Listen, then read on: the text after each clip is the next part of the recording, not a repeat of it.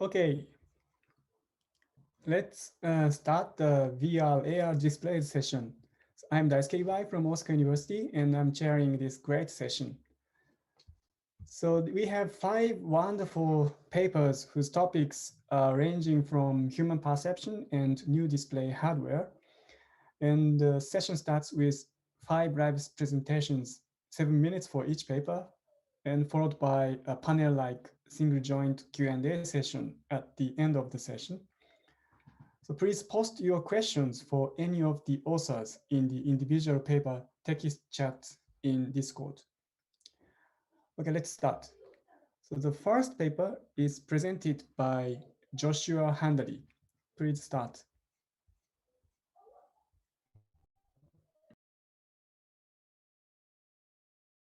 All right, so I'm unmuted. Screen is there. Yes. Yes, okay. Thanks for the opportunity. I'm glad to be here. So I'm Joshua, and I present the first paper, Visual Complexity and Signal Recognition. How low can you go? And we are a team of researchers from University of Liechtenstein, from Institute of Information Systems. So visual realism is an attractive feature of VR. Probably most, if not many of us would agree. But then this can lead to this Goldilocks problem where you can't have too much detail or too little, right? There's something in between. And this trade-off is also, you can find this in the literature and past studies. For example, the study by Dragan and colleagues back in 2015 regarding virtual training in VR, and one of the aspects investigated was the effect of visual complexity. So in our study, we tried to investigate this trade-off between levels of complexity and user task performance in a task scene recognition task. But before we go to the task, I'm gonna describe the virtual environment. So it is this modeled after the region of Liechtenstein, so where we are based. And the base model is only using landscape contour. So this is not much, but the region itself actually lends itself to this type of very bare visualizations because of the rich landscape, mountain ranges, valley area, river. So there's still this bare minimum still provides a little bit of landmark. And we add 2 very simple visual elements. The first one will be buildings, like using 3D blocks. So the shape resembles their real world counterparts, and is intended to provide landmarks, either the density of the building or simply for some unique shapes of some buildings that can help the user to know where they are, recognize the scene. The second is this typical Google map, 2-dimensional map, where information are mostly color encoded. So where the streets are, building outlines, where the river are, where the grass fields are.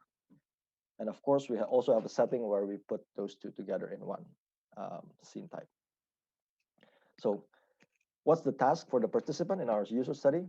So the idea is, where are you? They need to have a guess or recognize the scene where they are and map it to the real world location. So we put them in a location in one spot. They can look around 360, but they cannot navigate, they cannot move. And after they think they know where they are, they can give us a cue, and this little map in the center that you see pops up to help them name the exact location where they think they are. So we provide them with 21 locations, which actually only 11 of them are possible correct answers. So we have about 10 dummy locations. And then they do this for 8 locations, and they're exposed to all 4 scene types. Okay, so that's the setup, the visual environment, and the task. And here's the first few of the results. It's quite intuitive. The scene type with barely anything provide only 10% accuracy.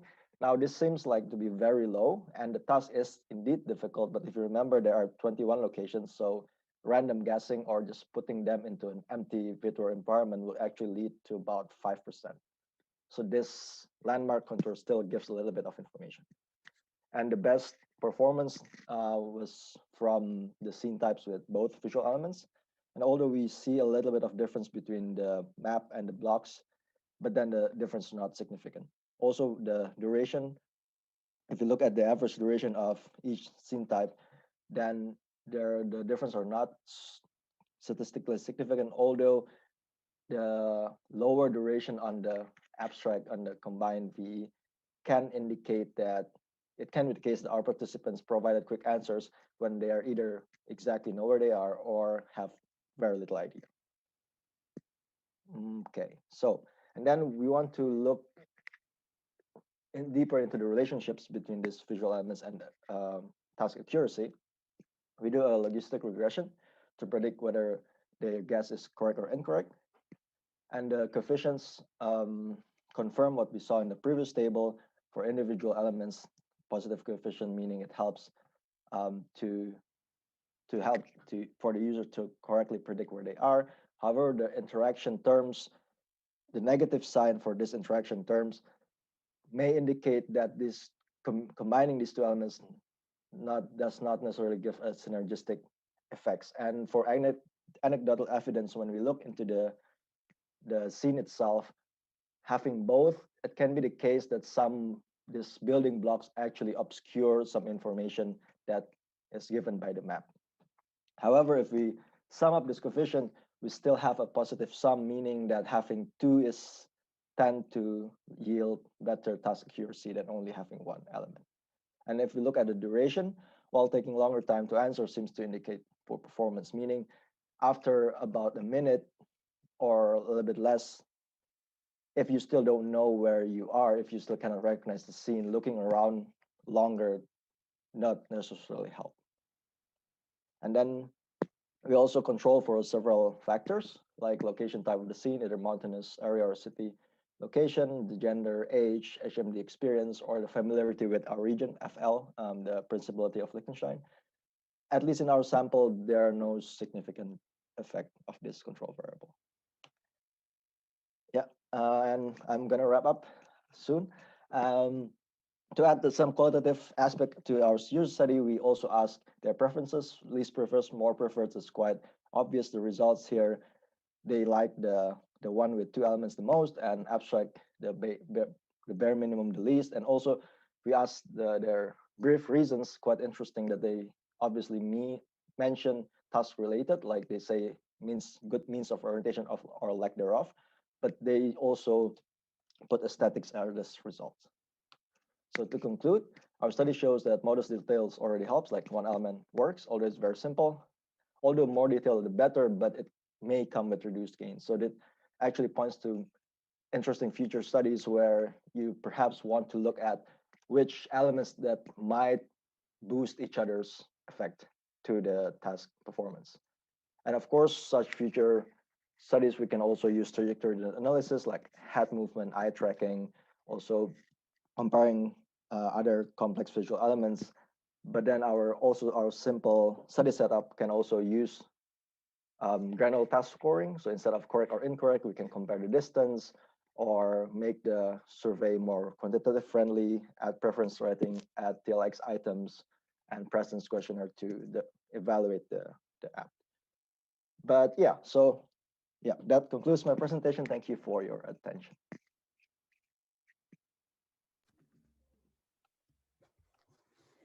Thank you. Okay, so I'm sorry because I didn't introduce Joshua's affiliation. Actually, he's with the University of Liechtenstein. Yeah. Okay, so the next paper is presented by Yuta Ito from Tokyo Institute of Technology. Please start.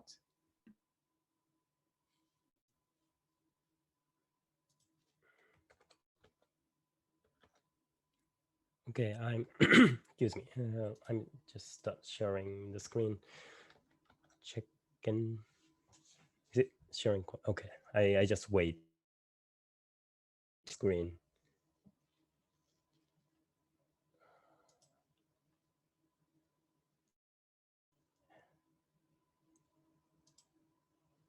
Is it working? Yes.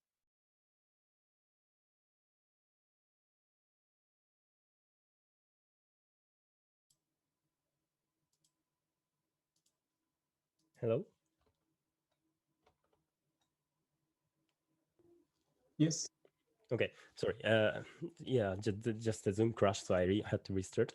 Yeah, hello everyone. I'm Yuta Ito from Tokyo Institute of Technology, Japan. Sorry, I have a bit hoarse voice today because I got some cold, but I hope it's fine. So for the coming 7 minutes, I'd like to introduce our latest work on designing a near eye displays. And this work is a collaboration with Yuta Ito, Takumi Kamikado, and Kan Akuze. Okay, so let me first introduce our concept of beaming displays. So if you think about ordinarily spatial AR with projectors, virtual images are basically projected on the screen like this way. And if in typical traditional see-through AR displays, the light engine, so the tiny micro displays inside headset, generates a virtual image as if it is floating mid-air in the user's view. And our beaming displays concept is we combine a steering projector with passive optical glasses from the user's side, and the projector beams a small image into the passive optical glasses so that the resulting image appears as if like AR virtual image in the user's view. And we first show the prototype itself. So as a quick summary, so we built a projector that has the ability to steer projected images as like on this left image. And this projector can project also on a small screen located a few meters distance away and from the projector. And then our custom built projector is able to track the position of the headset, excuse me. And so the position of the user's headset and then accurately project the image. And then, so these are just like summary image, actual real see-through image view from the system, from the passive optical headset. And the left is like AR display view that you see the real background. And the right one is like a virtual. So we also just cover the in front of the headset, only the screen part is visible. So you see this virtual image. So basically, if a user is looking through that passive headset, then can observe the scene as projected. Okay, so why we do this research? We of course have a motivation. So in recent years, multiple like industrial or commercial near display products already are shipped in the market, and people are really putting real great effort to make it happen, and we really appreciate it. We really love that, but we still have this problem of meeting all those trade-offs, so to say. Like a display is an AR display is an interdisciplinary work, so you need like optics, glasses, or micro display parts, or nice batteries, or processing units, everything. And people usually wants to put everything. You have to put everything into one kind of headset system. And this is not easy for any great companies to make small while satisfying some requirements, like you want to have as good image as possible, and also you want to be it as light as possible, or you want to also have like a huge, like a bright image like possible. But these are all like constraint each other, like you can't make it smaller while sacrificing computation power, etc. And these problems is what we want to address by our work. And I will go ahead and talk about the greater details of our system. But the motivation is how we can remove this kind of trade-offs is our most important part of our work. So then how we can do that? If you think about like Raska and Bimber's classification of types of AR displays, which we just got an idea from SIGGRAPH 2006 course. And following their classification, they are like contact lens displays if you look at the left side of this image. And then you have a near-eye displays and handheld displays and the spatial displays, so projection mappings. And we use on our desktop computers or laptops and projector-based systems. And so these are like all highlighted in blue in this picture. And so basically what our proposal is this green box in the middle of the image that we have a remote projector system, but the display system, the passive headset, is attached to the user's head. So basically, you have this collaborating system of this remote projection, steering projector, and the wearable headset, which is, by the way, totally passive, no powers. It's just a passive optical components.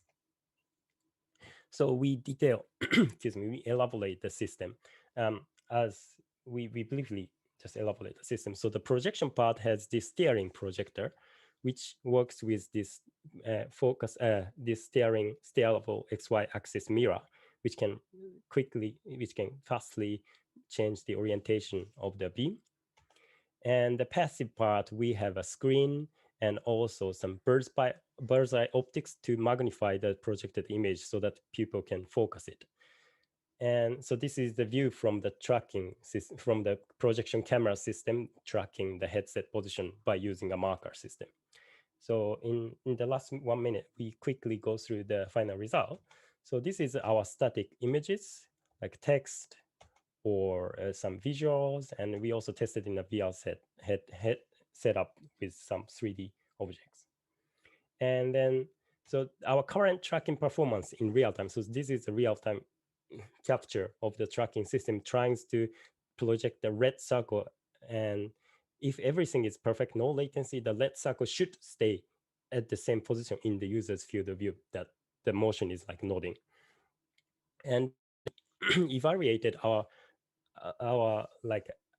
maximum performance by taking a stop motion video with a robot arm can replicate the same orientation for each step. And we capture the best tracking images and then just concatenate it as a video. But this is our kind of vision that such a system would be able to bring in the future, that it's perfectly no passive, no power, and it's quite lightweight. So as a summary, we introduced the beaming displays, and this is a new class. We believe this is a new class of NI displays, and we presented our prototype, and we also show some major challenges and designing know-hows or to avoid like how we can realize this kind of system without by avoiding trade-offs. Thank you for listening. Yep, and please watch our video if you want to get the detail. Thank you. Thank you, Yuta. Okay, so the next paper is presented by Bingyao Huang from Stony Brook University. Please start.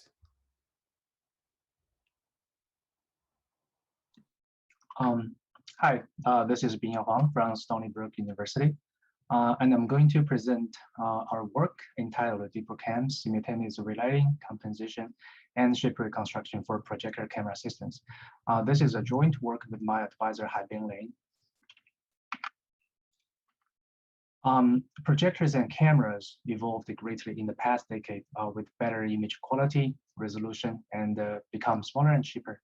They can be combined to many applications, such as presentation, spatial augmented reality, structured light, and adversarial attacks. In this paper, we focus on three main spatial augmented reality tasks, such as relighting, projector compensation, and shape reconstruction.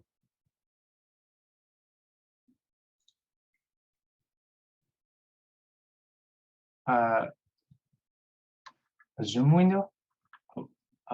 Sorry. Let me do this again. Sorry about that. How about now?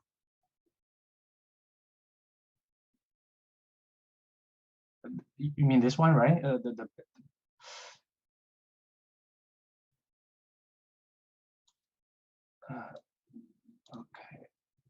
I don't know how to get rid of this one. Like this one. Oh, okay. Okay, sorry about that. First, relighting. As shown in the figure, we project the input images to the scene and capture them using the camera, and the results are shown on the right.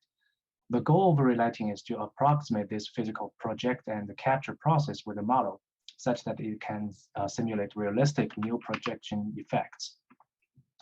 And in this paper, we use a deep neural network to capture this process, and I will discuss the advantages later. Second, projector compensation.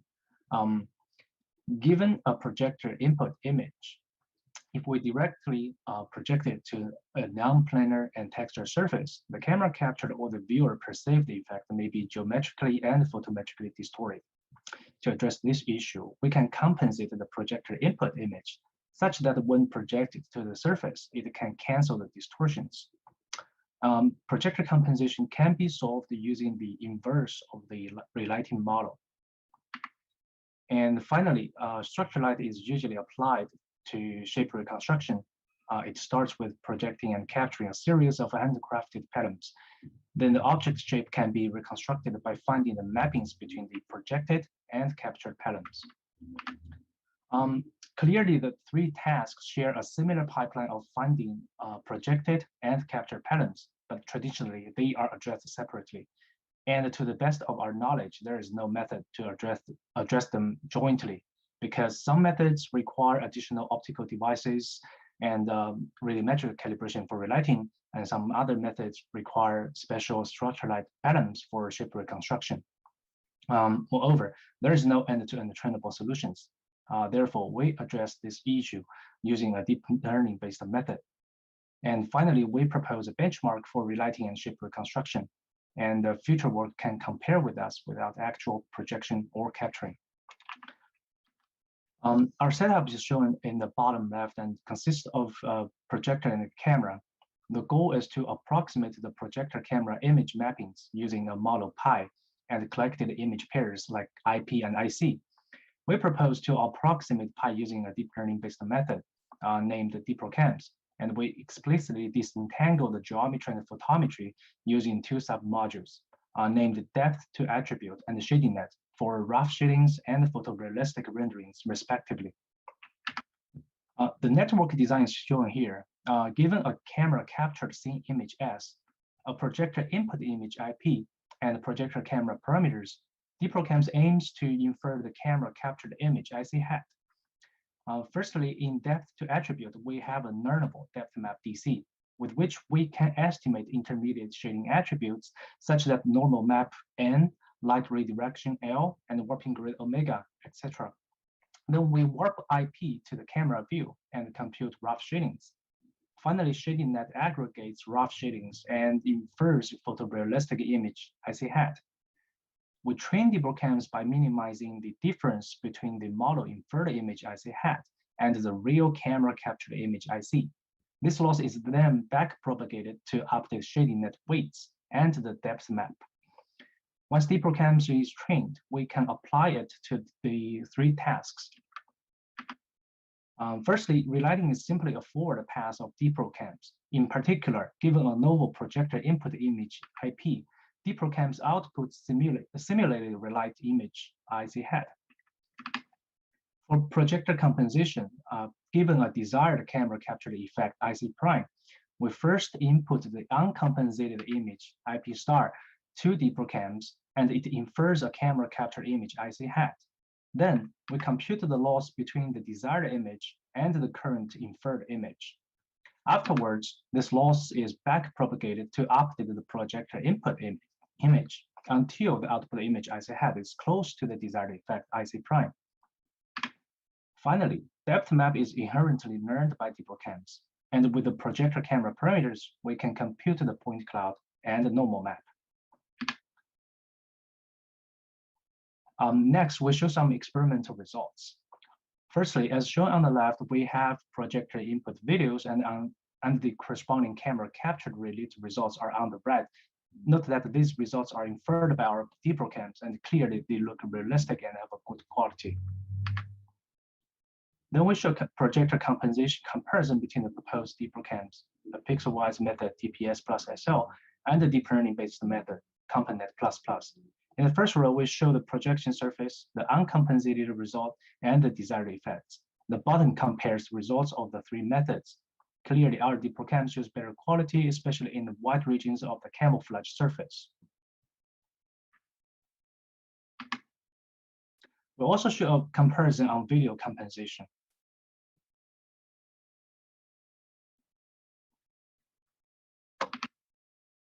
Finally, we show an example of DPROCAM's reconstructed point cloud.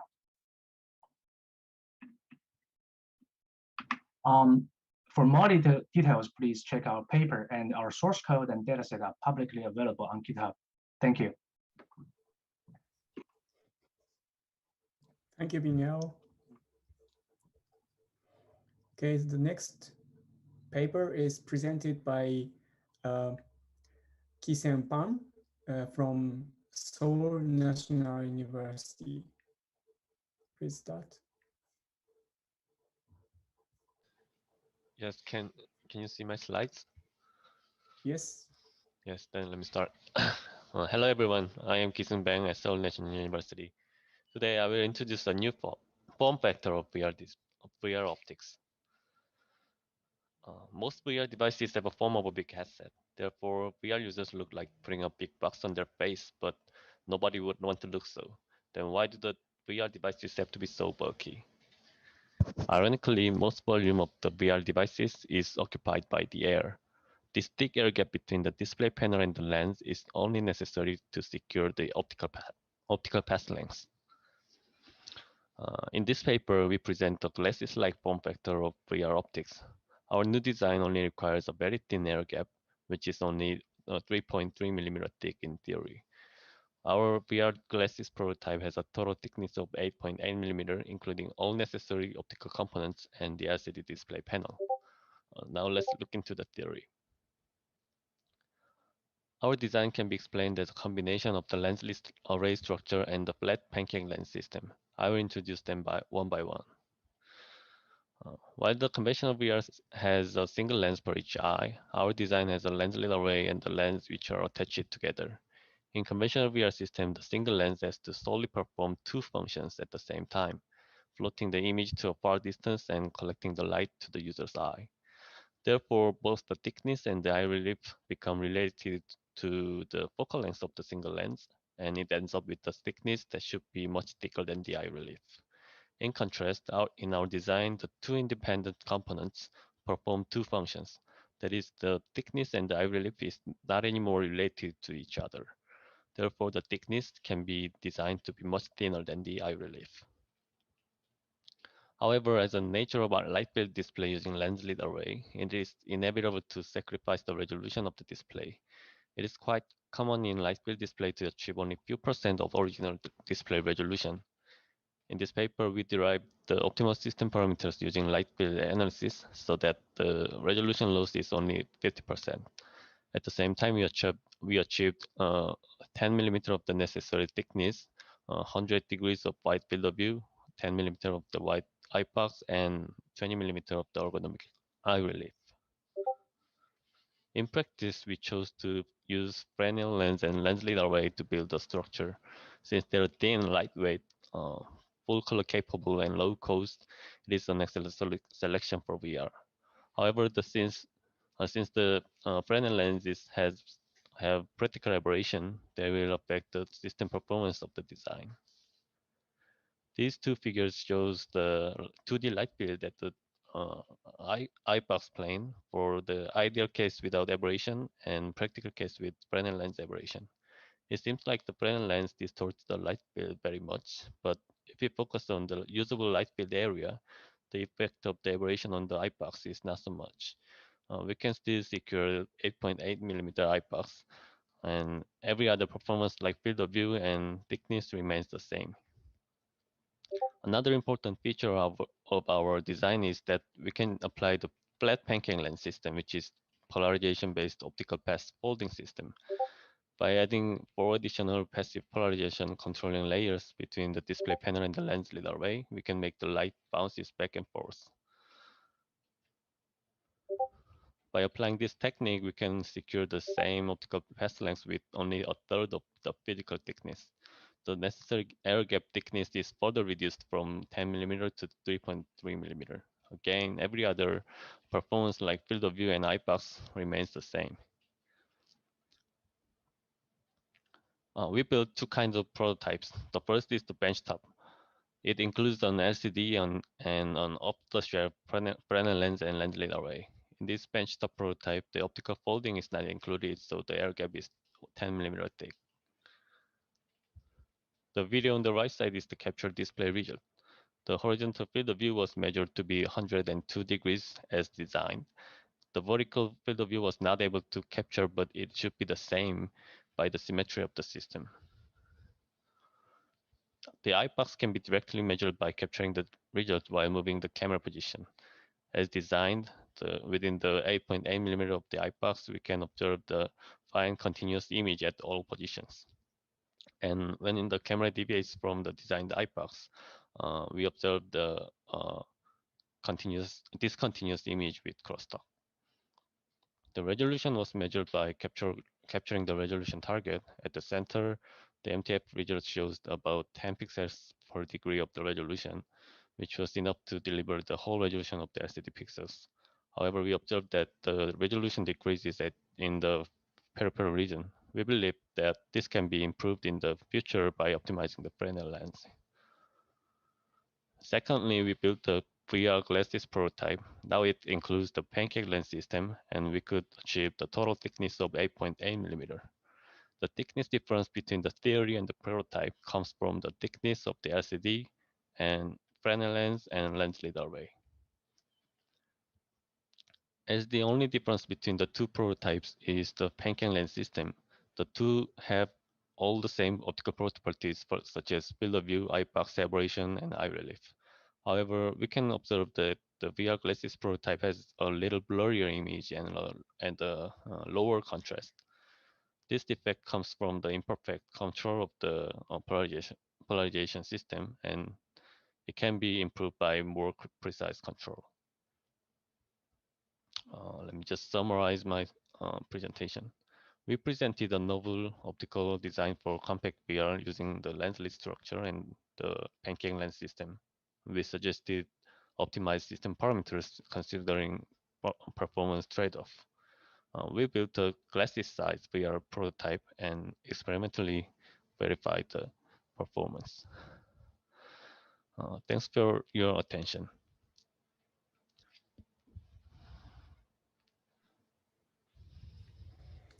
Thank you.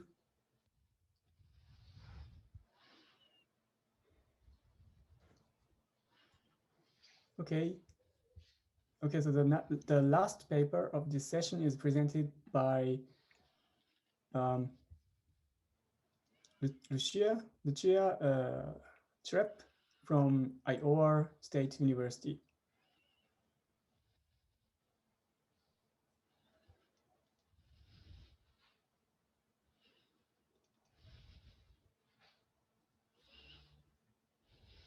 Oh, I think you are muted.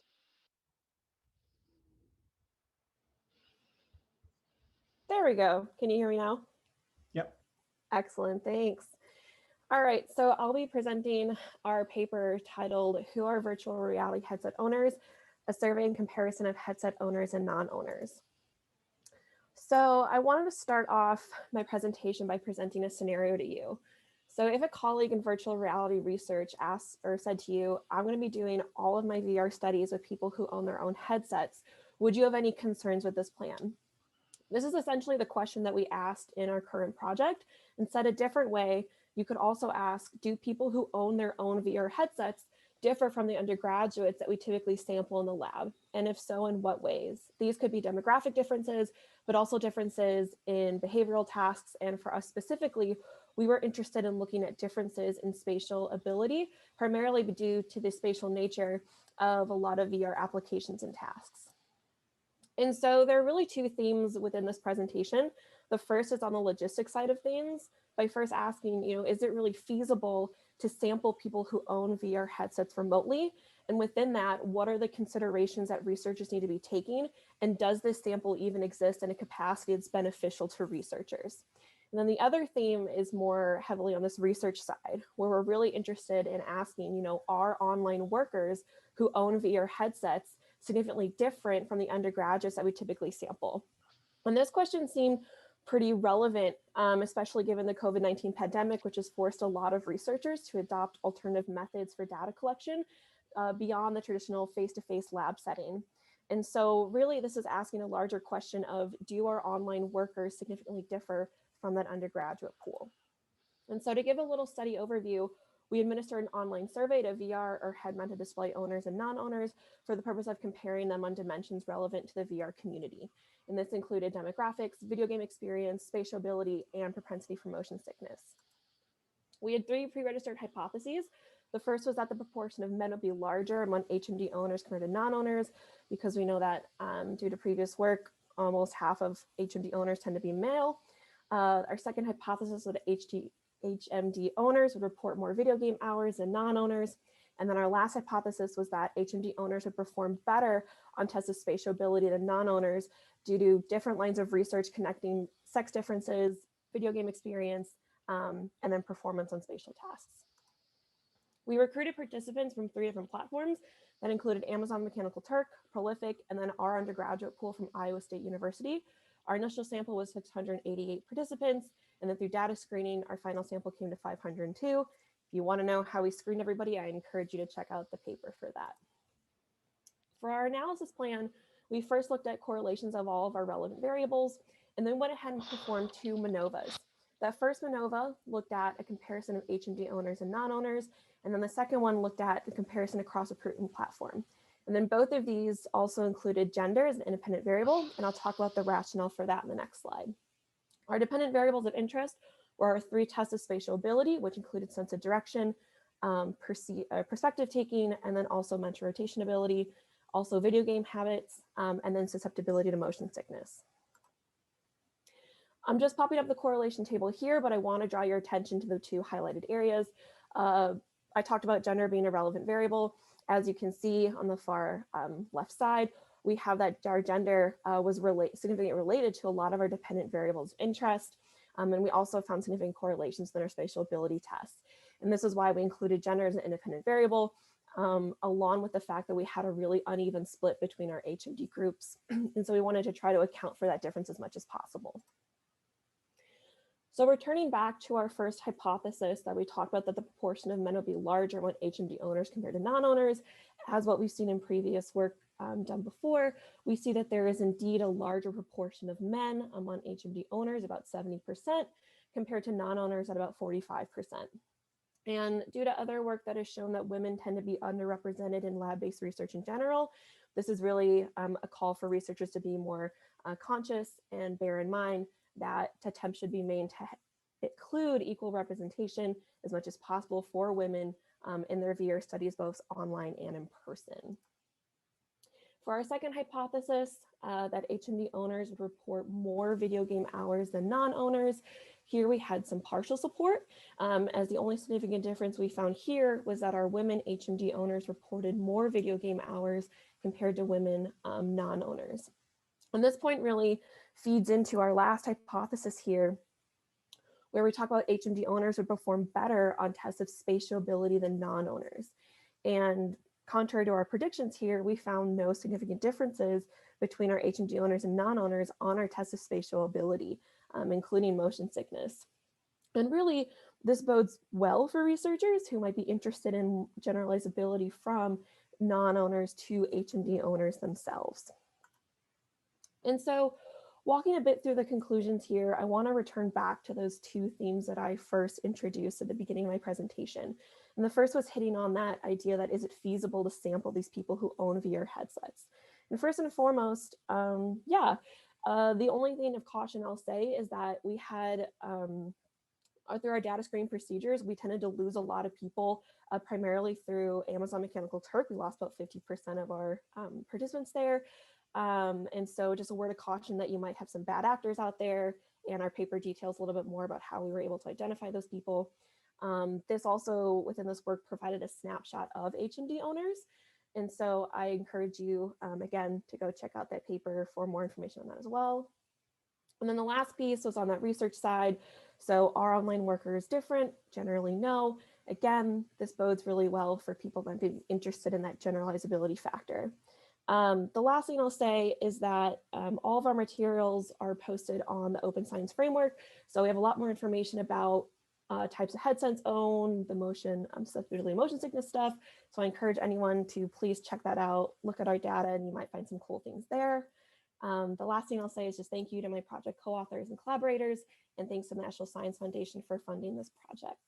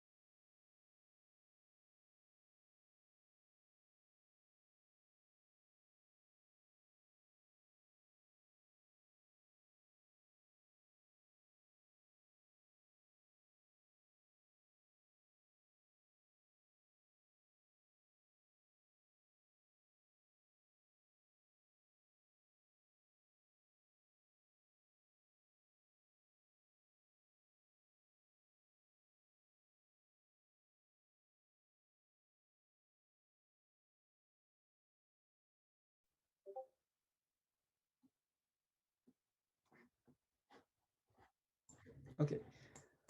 Okay. So we had 5 great talks, and we will go on the Q&A session from now.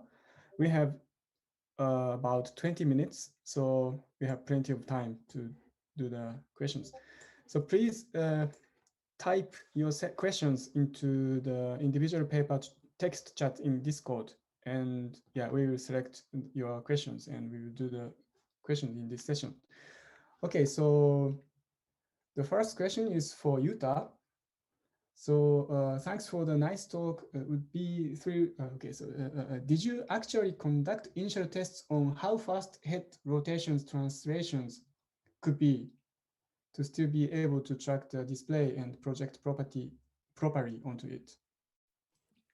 Okay, thank you for the question. Excuse me. Yeah, if we were not like COVID time, we could have brought our prototype. But so we did a kind of demonstration at the lab, and then so to address your question, so the head rotation, we tried, and then we support the current system supports is about like 20 degrees from left to right and top to bottom. So that kind of like head orientation, and the speed was very actually good, really good question. So we did only a kind of simple initial pilot test, which you can actually find on our channel. So we have our, so we demonstrated partially in our talk that the actual CIS review from the glasses were just, it was just rotating the head, and you saw this virtual image, virtual red circle at the center. And that's kind of like a visual appearance of the current real-time tracking system. I hope this is answering your question. And we have a bunch of all like discussion and also kind of prospect about like tracking accuracy, etc. in our paper too. Thank you. Thanks. I think I missed your answer, but can you repeat the range of translation? The range of head orientation is a bit around like 20 degrees for each direction. Sorry, translation. The Movement. translation. That's around some tens of centimeters. It depends. It's totally depending on the position of the screen of the virtual headset, the physical headset, and the steering projector. So as long as the mirror can, steer the projection angle, you can still get the image. But the problem is more like a facing angle of the headset towards the projector, because if the angle is kind of skewed, then the the image projection area also get narrowed, and you can still see image, but the image gets smaller. And this is kind of interesting kind of insight that some distributed steering projector system in the future would be preferable to support more head translations. Okay, thanks. Okay, so the next question will be for Kyusem. Thanks for the presentation. Is it VR or room lighting VR? So your prototype seems permeable to ambient illumination. Okay, yeah.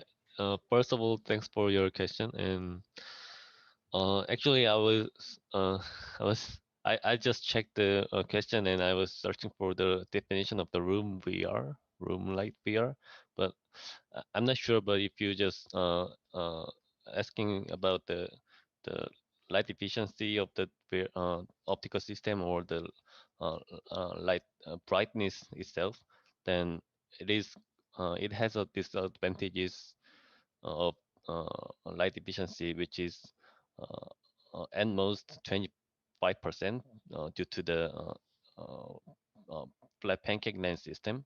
So for now, it is only for use uh, for, I mean, the ambient light from the environment should be blocked, and only the VR scene should be provided into the uh, user's eye. So in the future, maybe this is the prototype I wanted to show you.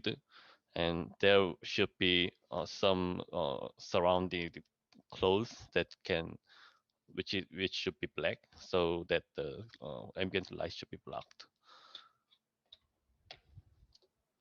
Cool. Yeah, can you show us the device again? It's very Oh nice, yeah, I can very just, thin.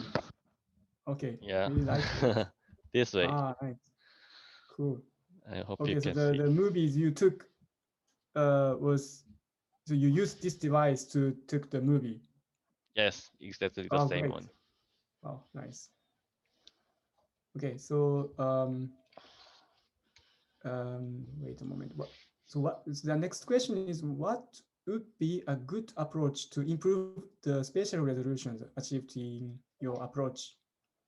Oh yeah, here the resolution is decreased in two ways, the first one is related to the light field display itself. So it is like kind of fundamental thing. So it should be at most 50%. So, uh, but in practical, in peripheral region, we couldn't achieve that 50% resolution due to the aberration. So the aberration is the second part. So the main purpose of the improving resolution would be decreasing the aberration, and that aberration decrease can be occurred by optimizing the array and the lens war. Uh, Even though the current lens lead array and the Brennan lens and Brennan lens lead array is kind of one of the most optimized design. Even though it is the off-the-shelf product, it is most optimized.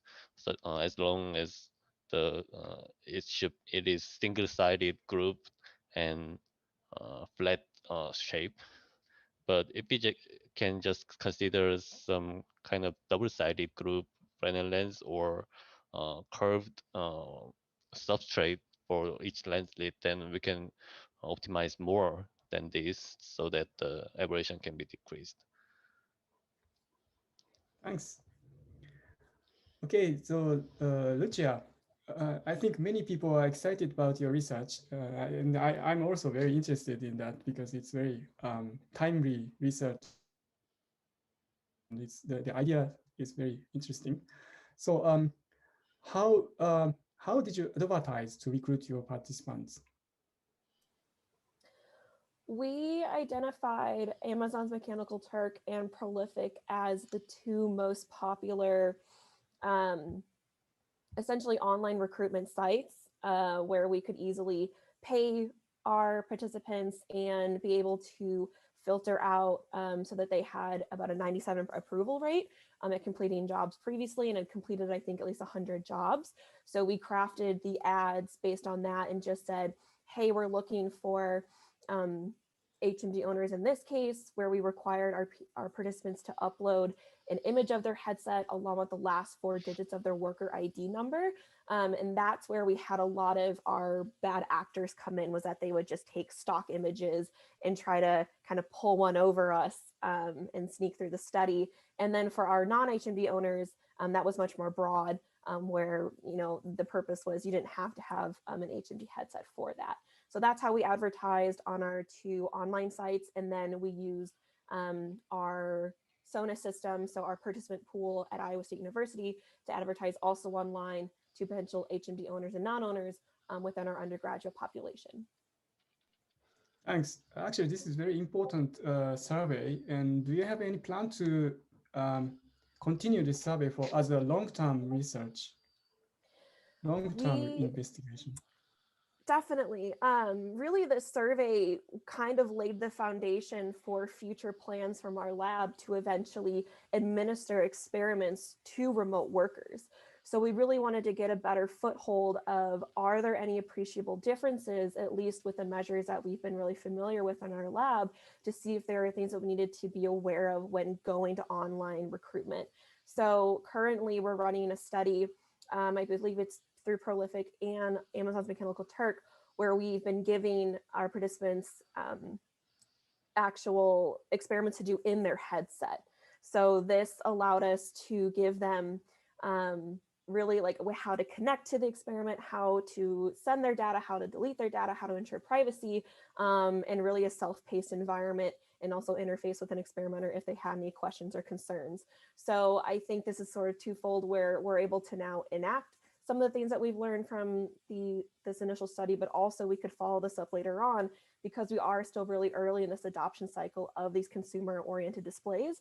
And so I think down the line, you might see even other differences emerge, or there might be other populations maybe recruited from social media sites or Reddit sites where we might see differences crop later on the road. So I think there's lots of avenues for future work from this. Great, thanks. Yeah. And Joshua, I think the discussion is already done in Discord, but I would like to hear about the discussion about so visual realism always ensures better immersion. Have you measured this? The short answer is no. We haven't looked into that back then in the experiment. However, we also think that maybe the nature of application might matter because we're dealing with real world location and places. But then again, if we think about traditional, because this project was also in collaboration with our architecture institute, traditional architecture model, the most prevalent ones are not necessarily the most realistic one. So that would be also interesting to see. And from my side as well, because this VR thing is new in our institute, and we also did some VR training experiments, user study after this one basically, and we also did some presence questionnaire. And the community, how is it actually perceived? Because at least in our 2 other user studies, we don't really see the difference on this type of questionnaire score. So I'm wondering if there any other way to measure this, or what's the latest things that you guys do. And actually, in the last slide, you mentioned about your future work at the trajectory data analysis. So I think it is also very interesting. And what kind of hypothesis do you have at the moment? Regarding that I haven't really looked deeper into that. Although on the other study experiment, we did deal with this head movement and eye tracing. One thing could be there might be a general behavior that you can extract from the head movement, whether they're stressed or think that it's difficult. Another aspect of it can be also app specific. Maybe if the scene has more or less landmarks, then you can kind of see in that behavior. So that's 2 aspects that I think you can expect if you get this data, either a generalized thing, jitter and stuff that shows how stressed you are, and also app specific behavior that can help you predict stuff. Mm-hmm. Interesting. Thank you. Okay, Welcome. Bingao.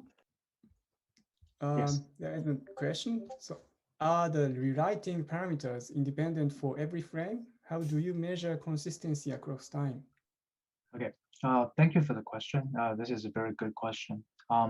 So for a setup, once the network is trained, the parameters are fixed. So for the first question, are the relighting parameters independent for every frame? The answer is no, because they have the same parameter once the network is trained. So for the second one, how do you ensure consistency across time?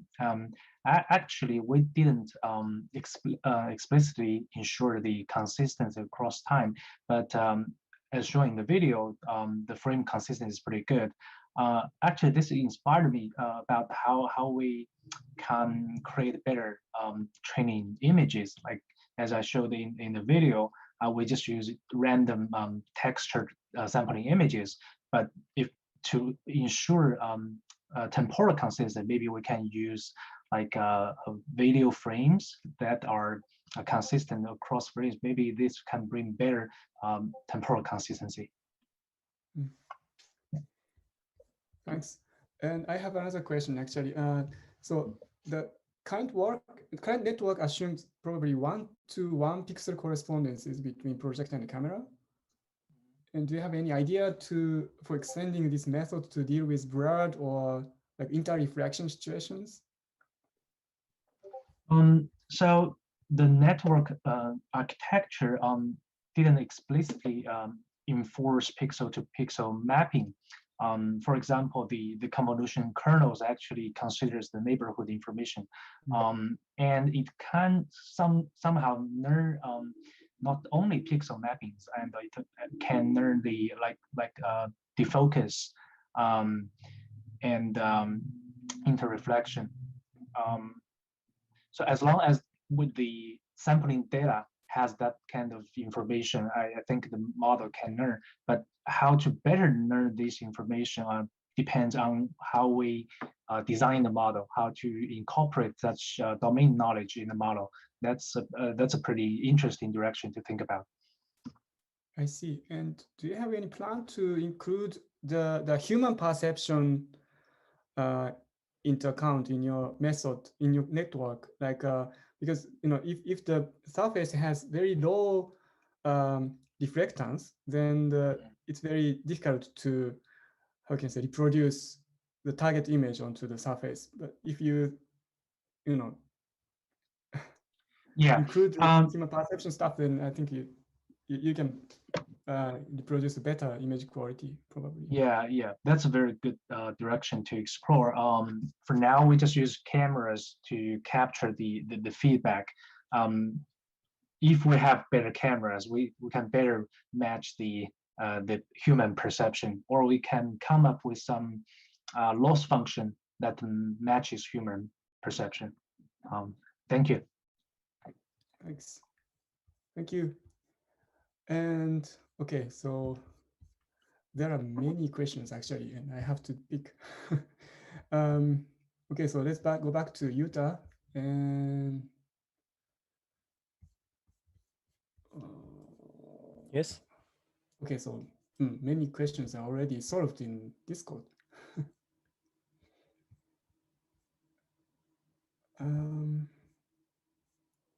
Oh yeah, yeah. We were just discussing about one question behind the conversation you guys had. So the question we got was like if it's capable to be used in an fMRI, so like brain research field, where you cannot use any magnetic materials because it's going to be quite dangerous. And then the question was if it's possible in such use case for our display. Then I think it's possible, as long as if the critical component, so like a mirror, is not it can be made out of non-magnetic material, was our answer. So maybe perhaps aluminum. I don't know if super strong magnetic field can make aluminum magnetic. Probably yes. So we have to find some alternatives, but that's an interesting extension of your work, I guess. Yeah. So question. There is a question from Kiyoshi. Can you think of a smartphone holder like unit, which can turn a variety of smartphones into a lenslet VR display? Oh yeah, so that's a good question. I think using smartphone display instead of the LCD is absolutely possible, and it is a quite a great solution because the smartphone itself has all the computation powers and the display inside of the very thin unit. So yeah, the using smartphone display is going to be the one thing we need to consider in the future. Okay, thanks. And probably we are almost done, right? Oh.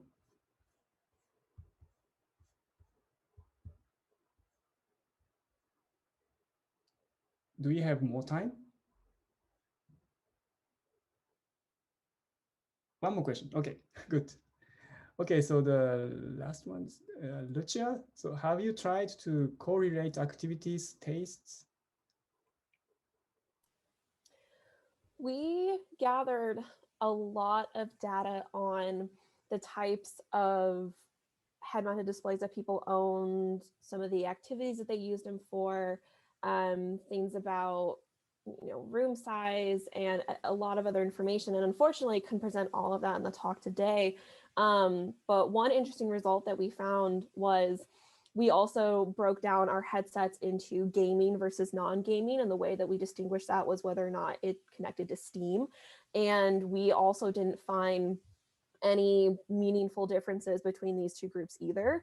And so I think the data that we've collected is still a really rich data set, and it can allow for more exploration into other types of demographic information or other activities to explore. Unfortunately, I just didn't have the time to talk about that today, but we did talk about that some in the paper. And also I posted the link to our OSF webpage, which has our data set and supplemental materials on there as well. Okay, cool. Thanks. Thank you. Thank you all. And yeah, we are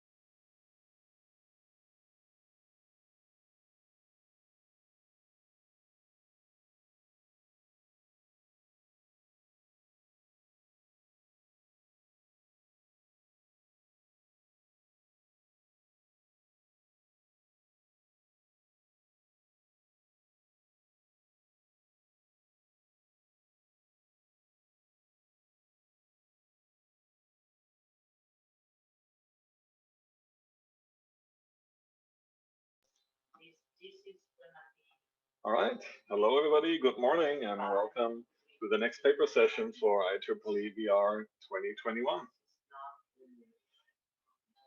As we all know, virtual reality is a lot more than just head-mounted displays, and this paper session deals with a lot of the other modalities that we can use to get people into a virtual environment. And as such, the title is Holographic and Inertial Displays. We have 5 very interesting papers that cover a very wide area of topics in this sort of general area. So we're very much looking forward to expand our horizons and see what other people are doing to do new things in virtual reality. The first paper is Unident, providing impact sensations on handheld objects via high-speed change of the rotational inertia. The paper is by Shuntaro Shimizu, Takeru Hashimoto, Shigeo Yoshida, Reo Matsumara, Takuji Narumi, and Hideaki Kazuoka, most of them from the University of Tokyo. And the presentation will be by Shuntaro Shimizu. And we're switching on now.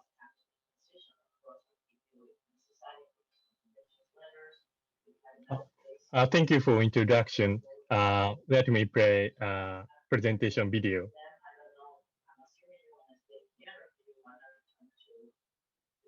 Okay.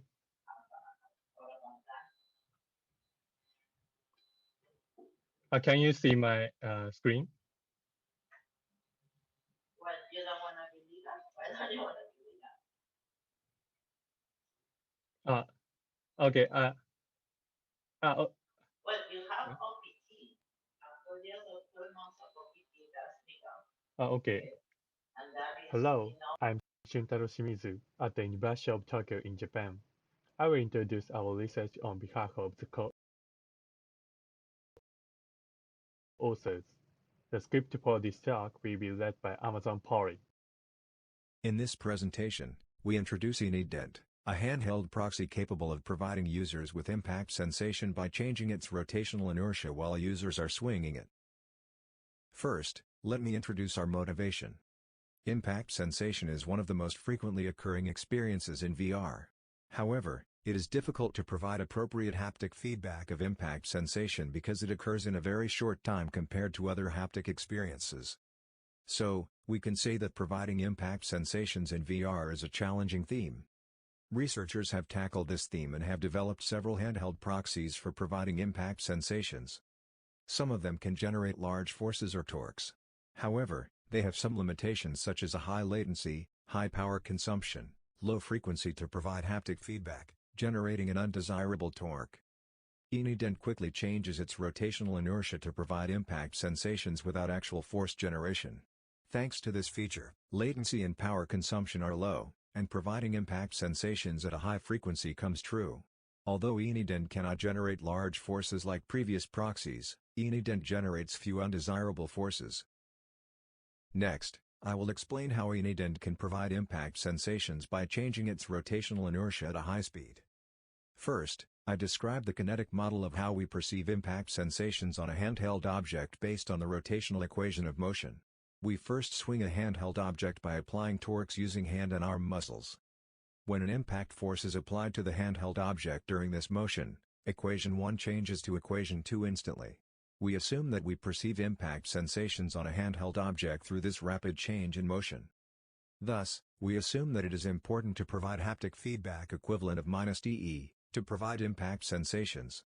Based on this mechanism, I will explain how Unident can provide impact sensations by changing its rotational inertia at a high speed. When the rotational inertia of a handheld object is changed while we are swinging it, our motion in the real environment changes from equation 1 to equation 2. Here, if the appearance of the handheld object is not changed in the virtual environment, and we provide the visual information about the impact force on the handheld object, the user would perceive the second term on the right side as the impact sensation. In experiment 1, we evaluated whether Unident can provide impact sensations based on this kinetic model. Besides, the kinetic model suggests that by controlling the amount of the rotational inertia to be changed, the magnitude of impact sensations users perceive would change. So, We investigated the magnitude range of an impact sensation that INIDENT can provide in Experiment 2. Next, I will introduce the implementation of INIDENT.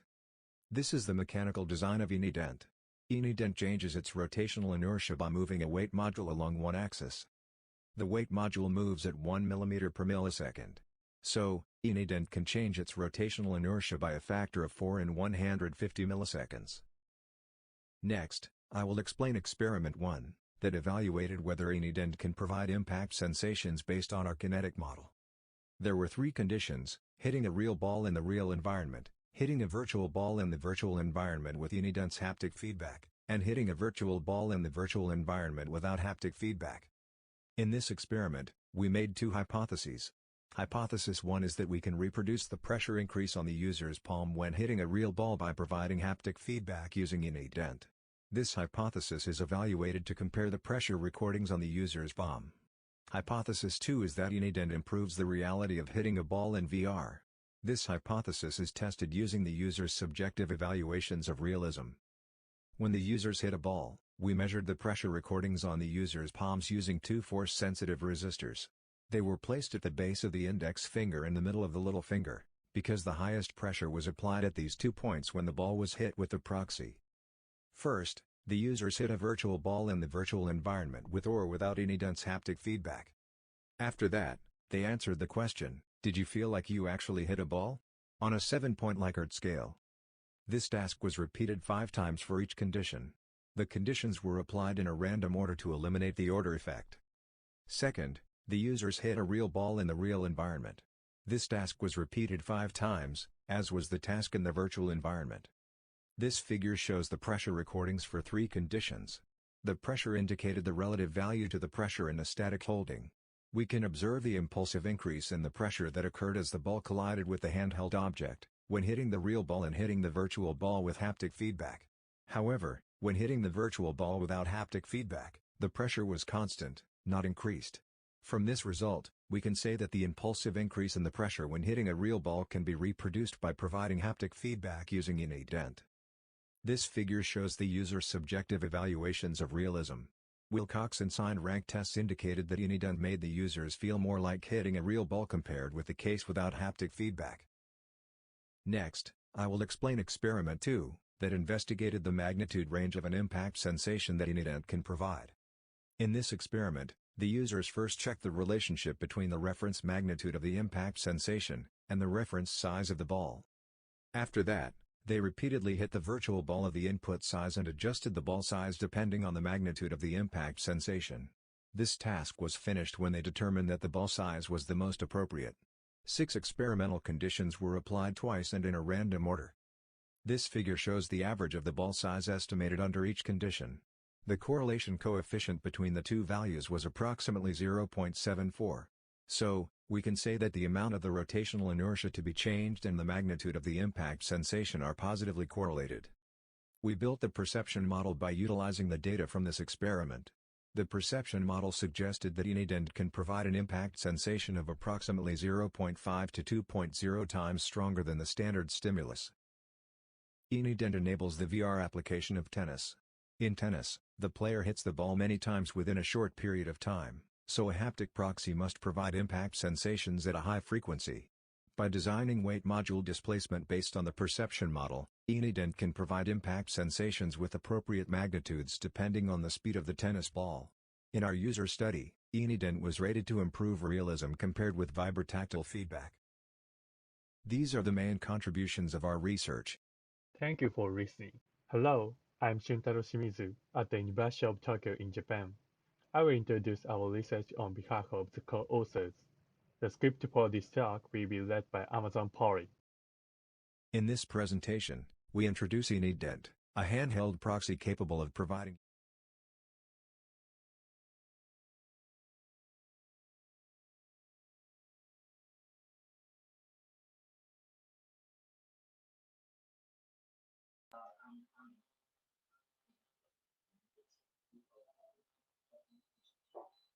Okay. All right. Okay.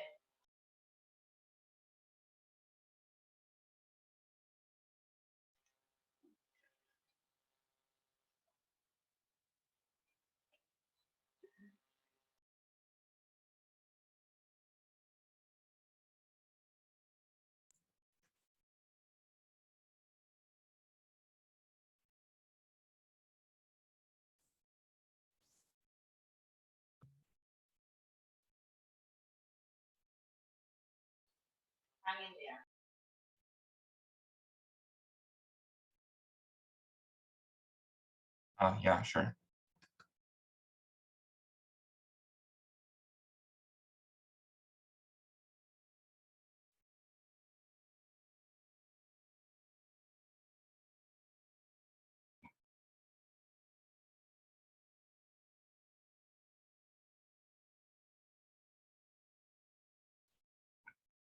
Hello, this is Xue Tongxing from University of Maryland. I'm going to present correcting the proximity effect in nanophotonic phase arrays. Most of the VR and AR headsets available today rely on the stereoscopic vision for depth cues. They usually suffer from a limited number of focal planes, which leads to vergence accommodation conflicts, which is known to be a major cause of discomfort in VR and AR. Varifocal displays and live field displays offer a wider range of focal distances. However, they both have disadvantages, such as being bulky or being limited by optical diffraction. Holographic displays, on the other hand, recreate the optical wavefront by modulating the amplitude and or phase of the light, naturally addressing the vergence accommodation conflicts. Additionally, holographic displays are based on optical diffraction. Smaller pixel pitch would only improve their quality. Nanophotonic phase arrays, or NPAs, are a new type of phase modulators starting to be used in holographic displays. Compared to the other commonly used liquid crystal on silicon spatial light modulators, or SLMs, the advantages of the NPAs are their integrated light source and the super fast refresh rate. The phase modulation in our NPA is based on thermal optics. The temperature adjusts the refractive index and therefore the phase. The modulated phase at the pixel is linear to its temperature above the ambient. This thermal modulation leads to the thermal proximity effects, where heating one pixel affects the temperature of nearby pixels. This proximity effect is modeled as a Gaussian convolution. The severity is represented by sigma. Larger sigma indicates more severe proximity effects. In our design, the sigma equals to 0.66 pixel. This effect negatively impacts the phase modulation accuracy, degrading the quality of the formed imagery. It is therefore necessary to perform proximity effect correction, or PEC. It is also important to note that the solution must be non-negative in the correction because there is no cooling capability. Several PEC methods for the Fourier holograms have been proposed in Sun et al. 2020. The proximal PEC method, or PPEC, can achieve good correction effectiveness. However, the PPEC method uses the Fraunhofer diffraction approximation. It can be used to efficiently calculate the propagation into the far field, but cannot specify the depth at which the image is shown. The Fresnel holograms use Fresnel diffraction. It is harder to compute, but can be used to propagate the wavefront to a specified distance. This paper focuses on exploring the PEC methods for Fresnel holograms. We developed the Fresnel proximity effect correction method, or FPEC, by extending the PPEC method to Fresnel holograms. This method uses a proximal algorithm to find the non-negative phase X that minimizes the difference G of X between the desired image I and the intensity of the observed wavefront under the proximity effect propagated to a specified distance using the Fresnel diffraction. The cost function is the sum of the intensity difference G of X and the indicator function C of X to ensure the non-negativity. For more details on the algorithm and derivation, please refer to the paper and the supplemental material.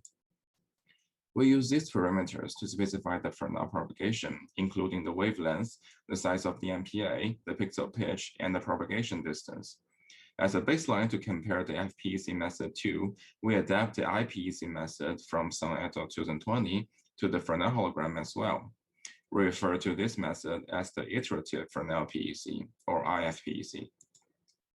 We show the qualitative results of the case without PEC, the IFPEC, and the FPEC methods at the proximity effect levels sigma equal to 0.7, 0.8, 0.9, and 1 pixel. The area masks are shown as inset on the top right.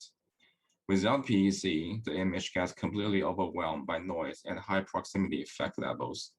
The FPEC is much more efficient than the IFPEC in correcting the proximity effect, and is able to restore the images closer to the original. We also quantify our results with image quality matrix, SSIM, and the perceptual similarity. Higher value means better image quality for both matrix. The FPEC method can effectively correct the proximity effect with sigma equal to 0.1 to 0.9 pixel with only a slight dip at 1 pixel. As a comparison, the IFPEC method suffers from noise starting from 0.4 pixel. The two image matrices are largely consistent with each other. We can use the FPEC method and time division multiplexing to display 3D scene on an NPA.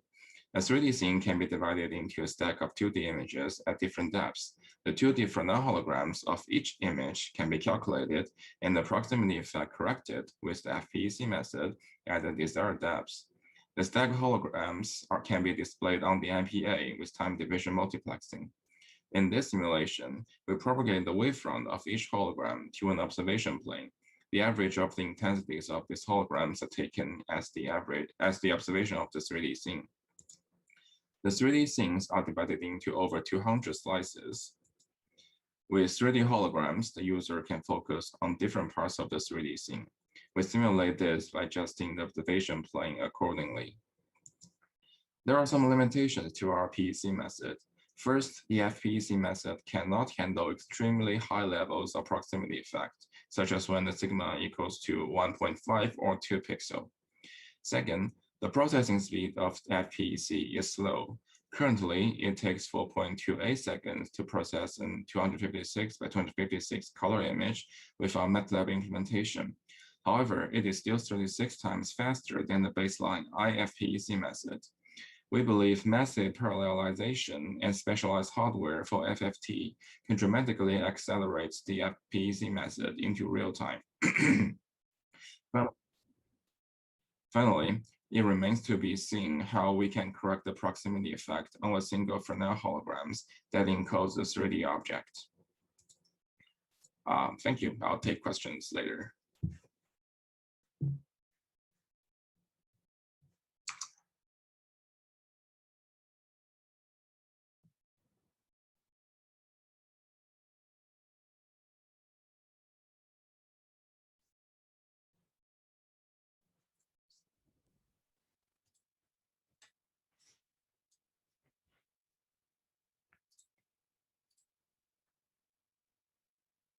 Okay, can you hear me? Okay, perfect. Okay.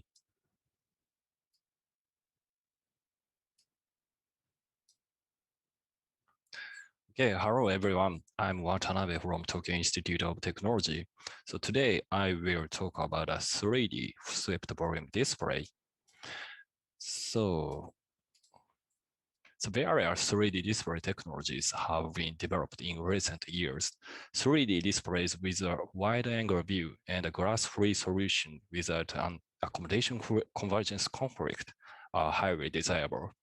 3D swept volume displays can meet these requirements. However, the reproduction of realistic textures on 3D surfaces in swept volume display is limited. This is because the display requires a high frame rate projector and the resolution and bit depth of such a projector are limited. 3D swept volume displays have another limitation. They can display the entire 3D surface, but the front surface cannot hide the back surface in principle. To overcome this limitation, the swept volume display requires the generation of projected patterns adaptively according to the obtained viewpoint. But this pattern generation is difficult to be updated at a high speed if the displayed contents have complicated shapes. As shown in the right figure, the reproduced image in the related swept volume display is limited in the simple wireframe solid. So based on such a background, we propose a new configuration of a 3D swept volume display. Our display arranges physical materials on a swept screen to solve the problem associated with the reproduction quality. Our display can also have a different voxel resolution for each material in the volume.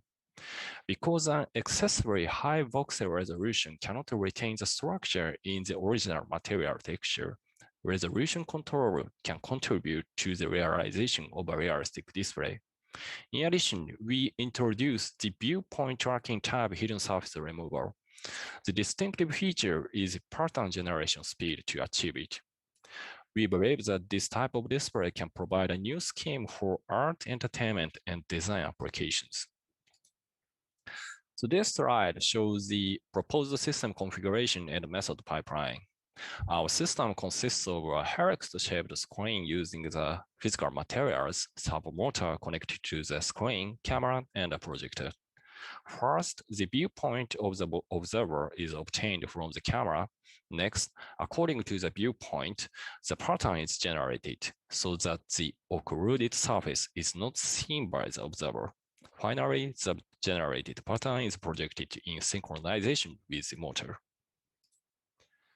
Our display reproduces the texture appearance by arranging the patches such as mosaic. Therefore, if the patch size becomes smaller than the basic structure of the original material texture with the increase in voxel resolution, the reproduction quality is degraded. Hence, for example, the felt smooth material reproduction quality is better in left high resolution condition, but the wool quality is better in right low resolution condition. Based on these considerations, our display enables the changing of voxel resolution adaptively for the materials individually. This function can be realized by simultaneously adjusting the frequency of projection per screen rotation and how wide the area is projected in a single projection. We generate the pattern adaptively based on observer's viewpoint to perform the hidden surface removal. Our algorithm leverages the ray tracing concept and can run at high speed on the latest CPU. The ray from each pixel of the projector is traced to detect whether it can reach the viewpoint without hitting another surface. Please refer to the paper for further details. The developed system uses a computer with Intel Xeon CPU and NVIDIA RTX GPU, Titan GPU. The used high-speed projector can project a binary pattern at up to 22,700 FPS. The frame rate of the camera is 500 FPS. As shown in the table and the right images, we confirmed to achieve the wide-angle view. We also confirmed that the pattern generation ran at a high speed as expected. The achieved processing speed can further improve the refresh rate more than 25 Hz. This slide shows the comparison of the hidden surface removal results. When the hidden surface is not removed, the head, arm, and feet appear to be of transparent wool and therefore unrealistic. We confirmed that the left images with hidden surface removal translated to better reproduction quality. As shown in this video, the hidden surface is correctly removed in real time according to the viewpoint change. Our system also can display multiple objects at the same time. This slide shows the displayed results with various combinations. The fine structure and texture in these materials are useful to provide unique 3D images in our display. Okay, let me conclude my presentation. We proposed a volumetric display using real materials directly to achieve both a wide range of 3D shapes and realistic textures. We also introduced original techniques for this display, such as adaptive voxel control for each material and high-speed view tracking type hidden surface removal. Of course, this display has some limitations, for example, small display area and the number of materials which are displayed simultaneously. Please refer to the paper for further discussions. Okay, thank you. I'd like to thank you all for your interest.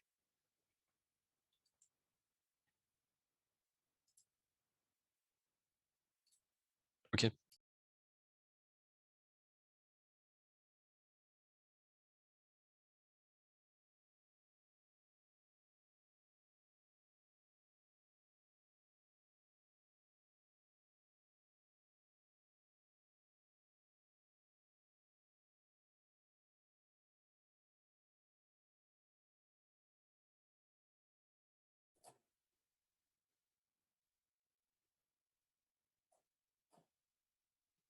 Hello.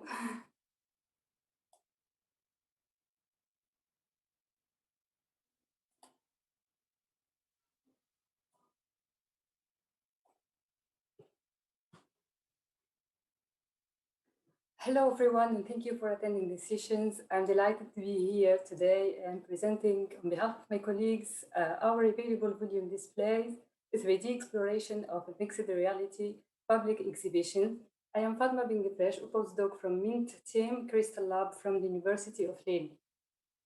So our research topic is about the public exhibitions, such as museums, which have more constraint on the preservation of artifacts. They have to preserve sensitive artifacts from temperature, humidity, and any risks of accidental damage. So the glass displays case are a common mean to present fragile, rare, or valuable objects coming from culture or artistic heritage in a safe way. In addition, this disposition of well-lit case allow for showing each artifact in its full potential. So the challenge faced by mediators is then to find a way to transform these closed glass display cases into smart and attractive exhibition that can catch the visitor attention. It may appear that the augmented or mixed reality are novel technology that would engage the visitor while preserving the physical and social aspect of the exhibition ecosystem. So mixed reality is has shown in the past years impressive technological progress, which democratizes its use in our daily lives. It's aimed to combine digital information with existing tangible artifacts, and it's now common in several aspects to use mixed reality in human activities such as games or social interactions, virtual tourism, etc. So we propose in this paper a class of mixed reality displays that we will call revealable volume display, RVDs, which are particularly suited for this context of public exhibition. They rely on the user action to reveal 3D volume virtual content inside or around exhibited physical objects. As shown in the video, using the reflection in a glass panel which protects the artifact, RVDs ensure that the visitor attention is focused only on the actual exhibits, avoiding the head-down effect of mobile mixed reality, for example. They entirely rely on the user interaction to display content to maximize the engagement with the exhibition. They also provide shared augmentation correctly perceived by all visitors, so opening social interaction, and they leave, and they leave physical artifacts safely protected. So the approach used for RVDs aimed at satisfying a number of constraints for mixed reality public exhibitions, which are not all taken into account by existing mixed reality displays. First, they preserve the exhibited object by leaving them behind protected panel. Then they keep visitors focused on the physical object and not on an external screen. They encourage also the exploration of the museum's exhibits as the virtual content is only visible when visitor and interacting with it. They allow all visitors, not only the one interacting, to perceive the augmentation consistently. As shown in this image, RVDs uses the glass cabinet that protect exhibited objects. When a physical surface such as a hand, a body part, or a handheld object is placed and moved in front of the cabinet, its reflection is perceived as moving through the volume inside the cabinet, intersecting the exhibited volumes. We use this principle to reveal virtual content placed inside the cabinet by reprojecting the intersection between the reflected surface and the virtual content onto the surface. So we propose a set of dimensions which describe the design opportunities offered by the revealable volume displays that allow virtual content to be, it goes very fast, allow virtual content to play various roles with respect to augmented physical objects. So we ran a first preliminary studies that is investigate the appropriation of RVDs by user and how to facilitate exploration with them. And then The results feedback from the participants of this first experiment was very positive as shown by the results of our questionnaires. However, the observation of participants in an ecological situation revealed that exploration with the system remains difficult. In particular, they seemed to have trouble finding the virtual content around the exhibited objects. So we ran then two controlled experiments. We ran two controlled experiments that investigate the appropriation of RVDs by users and how to facilitate exploration. The experiments followed a within subject design. It was divided into 3 tasks about contours, guidance, and content.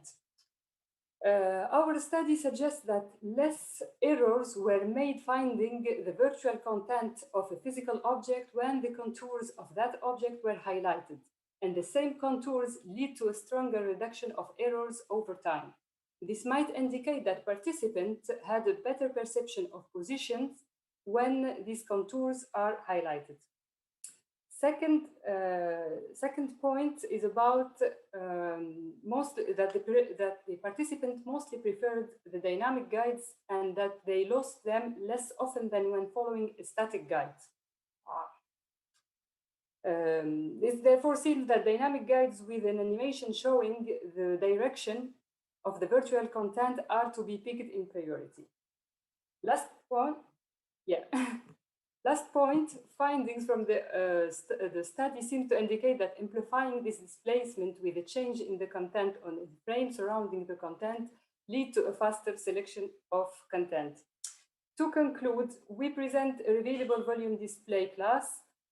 Our results, we have a recommendation in our results that suggesting that virtual contours, dynamic guides, and amplified depth movement can help reduce exploration time and errors. Main perspective is that in our paper, we suggest other RVDs implementation, and we will investigate further to see if additional guiding techniques are required. Thank you so much, and I would be very happy to answer any question, discuss the work, and provide more information. Thank you.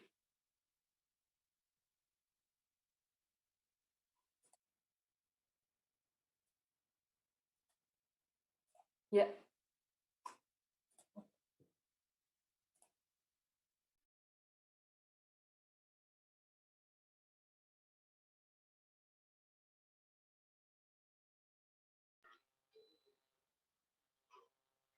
I think it's Vincent.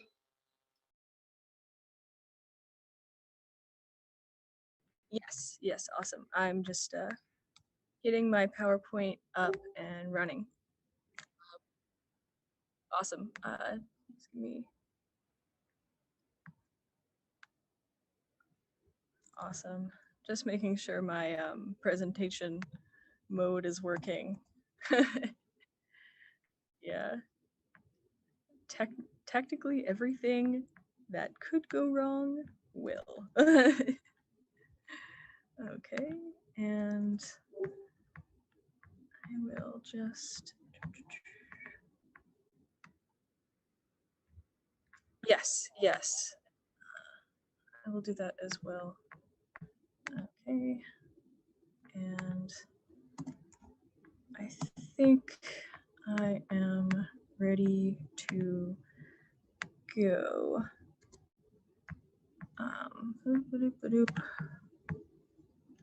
Okay, yes, that should be good. Sorry about that.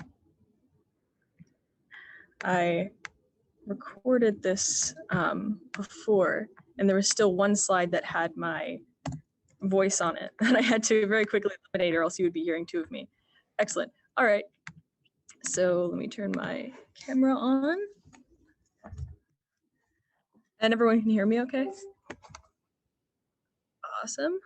And then I will do this and share my screen. That should just be this. Are you guys just seeing the PowerPoint? Okay. Oh wait, hang on. I need to, sorry about that. Sometimes when I pull up the entire thing of Zoom, everything just decides to break. But okay, now it should work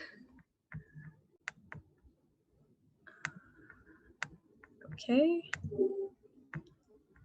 Okay, now we should be good. Sorry again.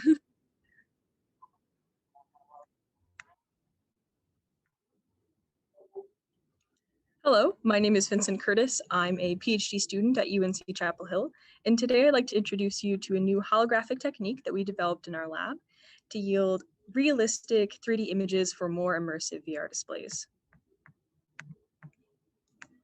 So the context for our research is to improve image rendering in virtual reality or VR displays. And in current commercial devices, images are typically displayed at infinity with a flat 2D screen behind a lens. And the illusion of depth comes from the binocular perspective.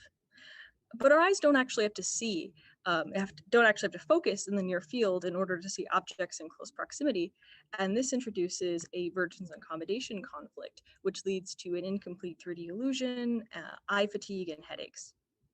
To fix that, it would be most preferable to actually display a 3D image for each eye.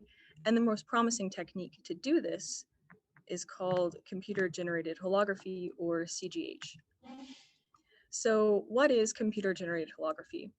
Well, we start with a coherent light source, usually a laser, and we can sculpt either its amplitude or its phase using a 2D spatial light modulator so that when it propagates through an optical system, we can create a custom illumination pattern. So knowing our experimental framework and also knowing the image we want to create, the goal of a CGH algorithm is to compute the best possible wave modulation pattern so that our rendered hologram best matches our target illumination pattern. And this works pretty well for 2D images, but if we want to generate an entire 3D scene, we still only have a 2D modulator to do it with, and now it has to account for every point along our volumetric scene. So this dimensional discrepancy kind of over-constrains our problem, and it means that even the best CGH algorithms can only approximate 3D patterns. To add an additional layer of complication to this, speckle noise is incredibly prevalent in CGH renderings. And speckle noise is just uncontrolled phase fluctuations which add together constructively and destructively and are very common when you're using a coherent light source.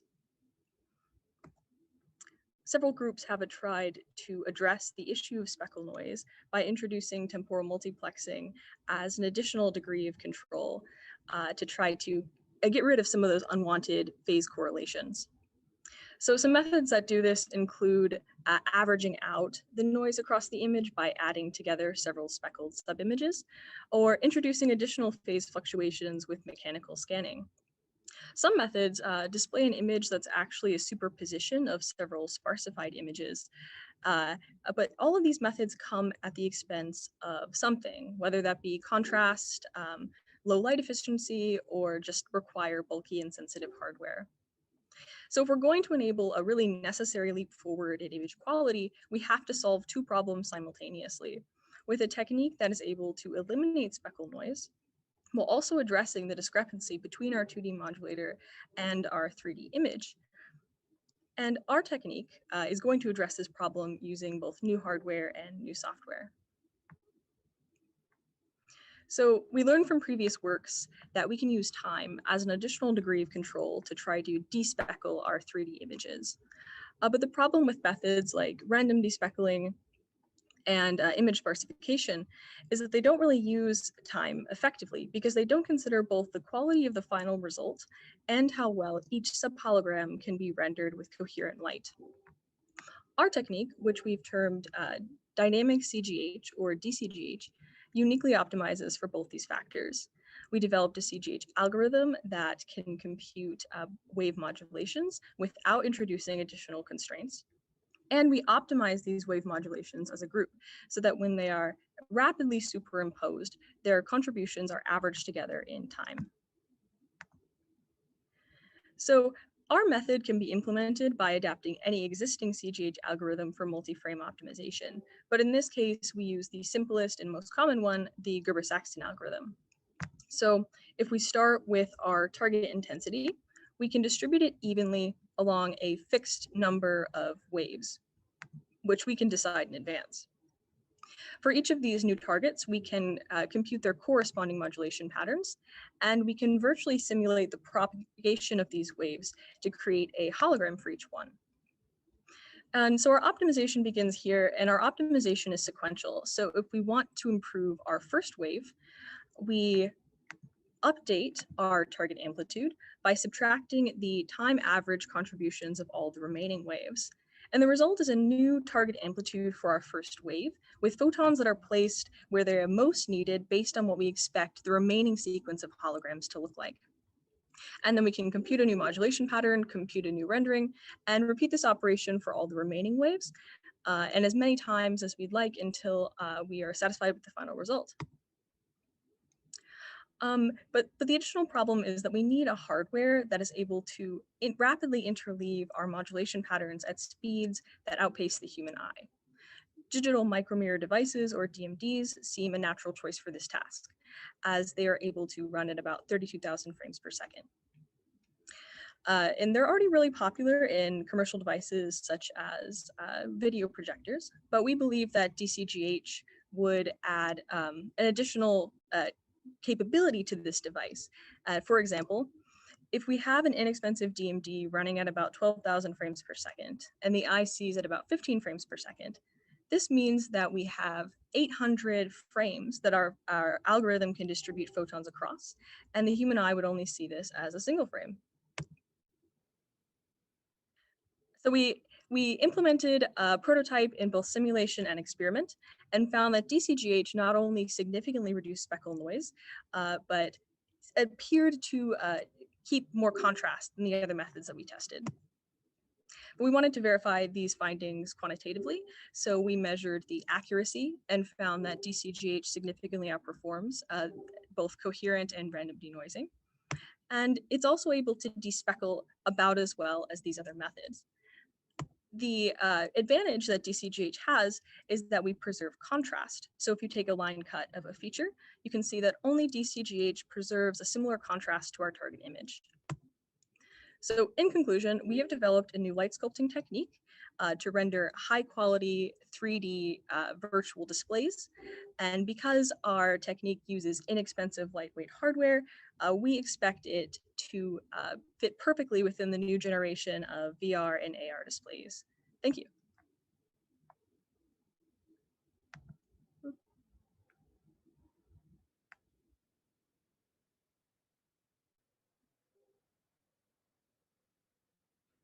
I think I was the last one.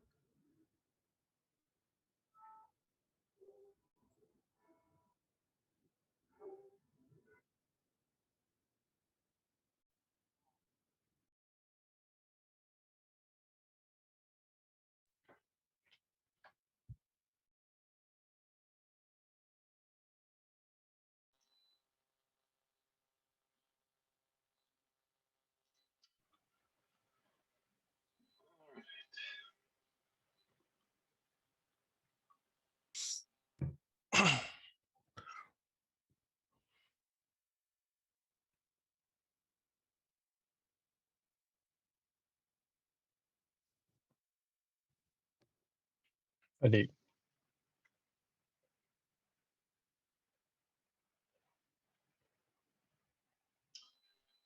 All right. Hello, everybody. Welcome back.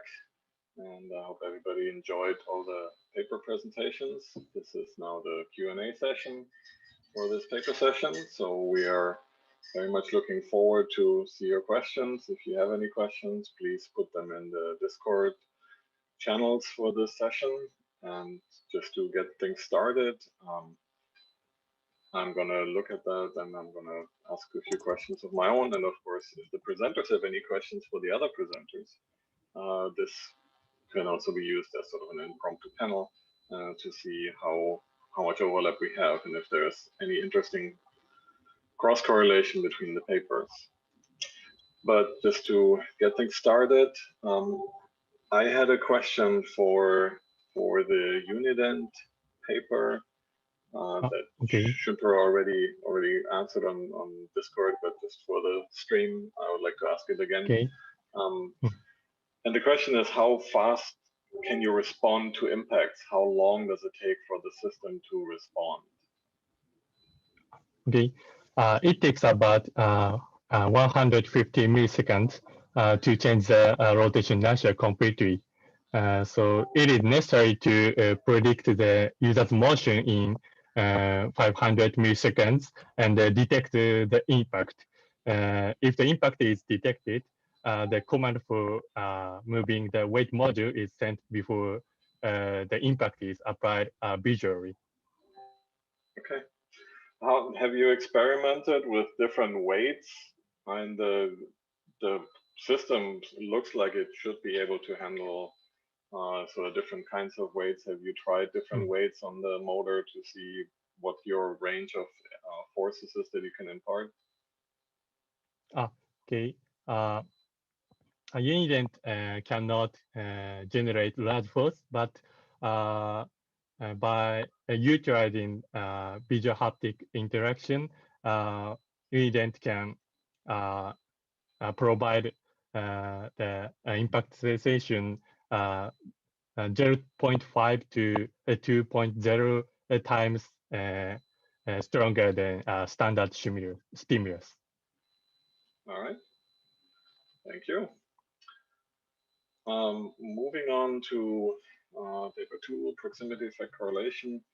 There was a question on Discord that was already answered, but let's just for completeness, let's ask it again. And the question was, are there any companies that can potentially provide those nanophotonic devices to other researchers? Right, yeah, I can answer that. So unfortunately, there isn't any companies that are providing commercially available MPS that I know of. These devices are being prototyped in labs. Professor Watt's lab is one of the first that manufacture this. And also Professor Jenny's lab, which is us from University of Maryland, is also experimenting with this. All right, thank you. Are you aware of any commercialization sort of efforts in this area, or is this too early for spinning off a company to do this? So I would say it's still early, but Professor Jenny and the professors and my university are thinking about devising a technique to produce this stuff en masse. Because once we have the design ready, it should be, and we can find a manufacturer that can print these chips for us. It is like printing chips if the design is ready. So after we have the design, it should be fairly easy to produce these cheaply. Thank you. For the third paper, the realistic 3D swept volume display, I thought it was a very, very interesting idea. The question that I had was, how small can you make the wedges of material? What's sort of the minimum size that you have to have?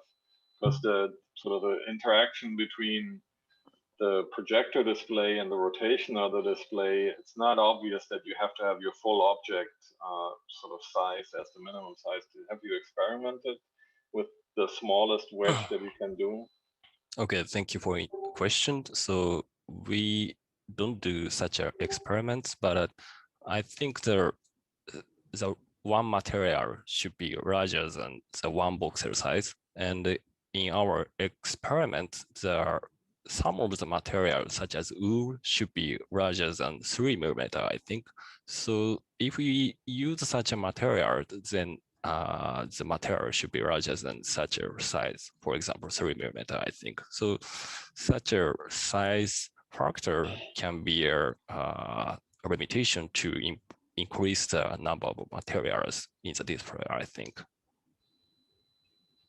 Have you tried more materials, or the 4 material example that you showed is the only one you tried? Not yet, because this screen is manually fabricated, so very, very difficult to create.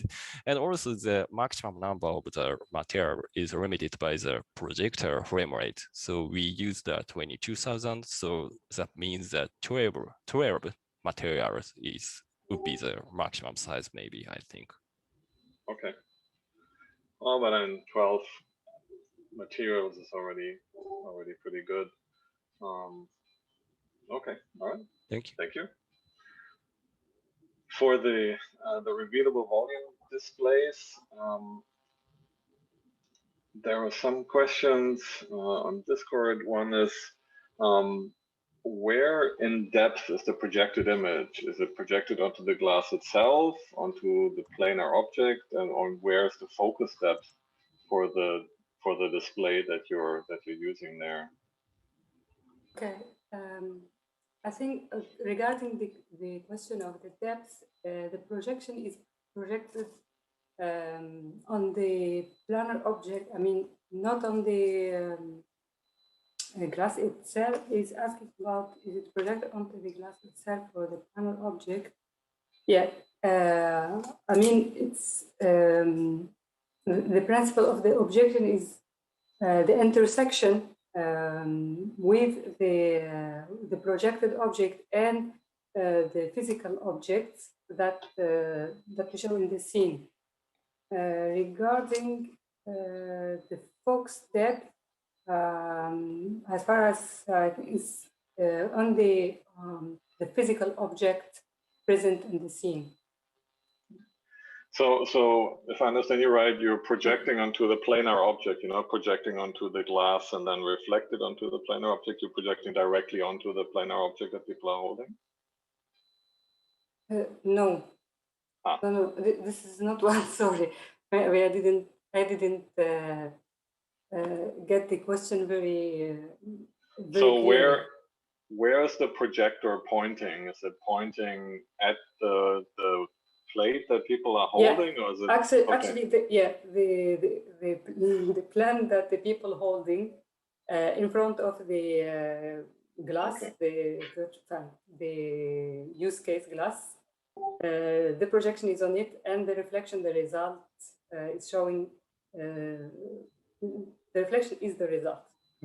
Okay. Would it make sense to do like a 3D stereo projection? It would require people to wear glasses, but I don't know if that would help with some of the additional materials. We didn't try it, but maybe it does maybe make a sense. But actually, the principle is to have an interaction directly without any, not a handheld device or something like glasses or etc. So to have direct interaction, and then to preserve also the social dimension, and to let all the group interacting with the same glass. So if we have equipped participants or equipped visitors with glasses, maybe can restrain some communication channels.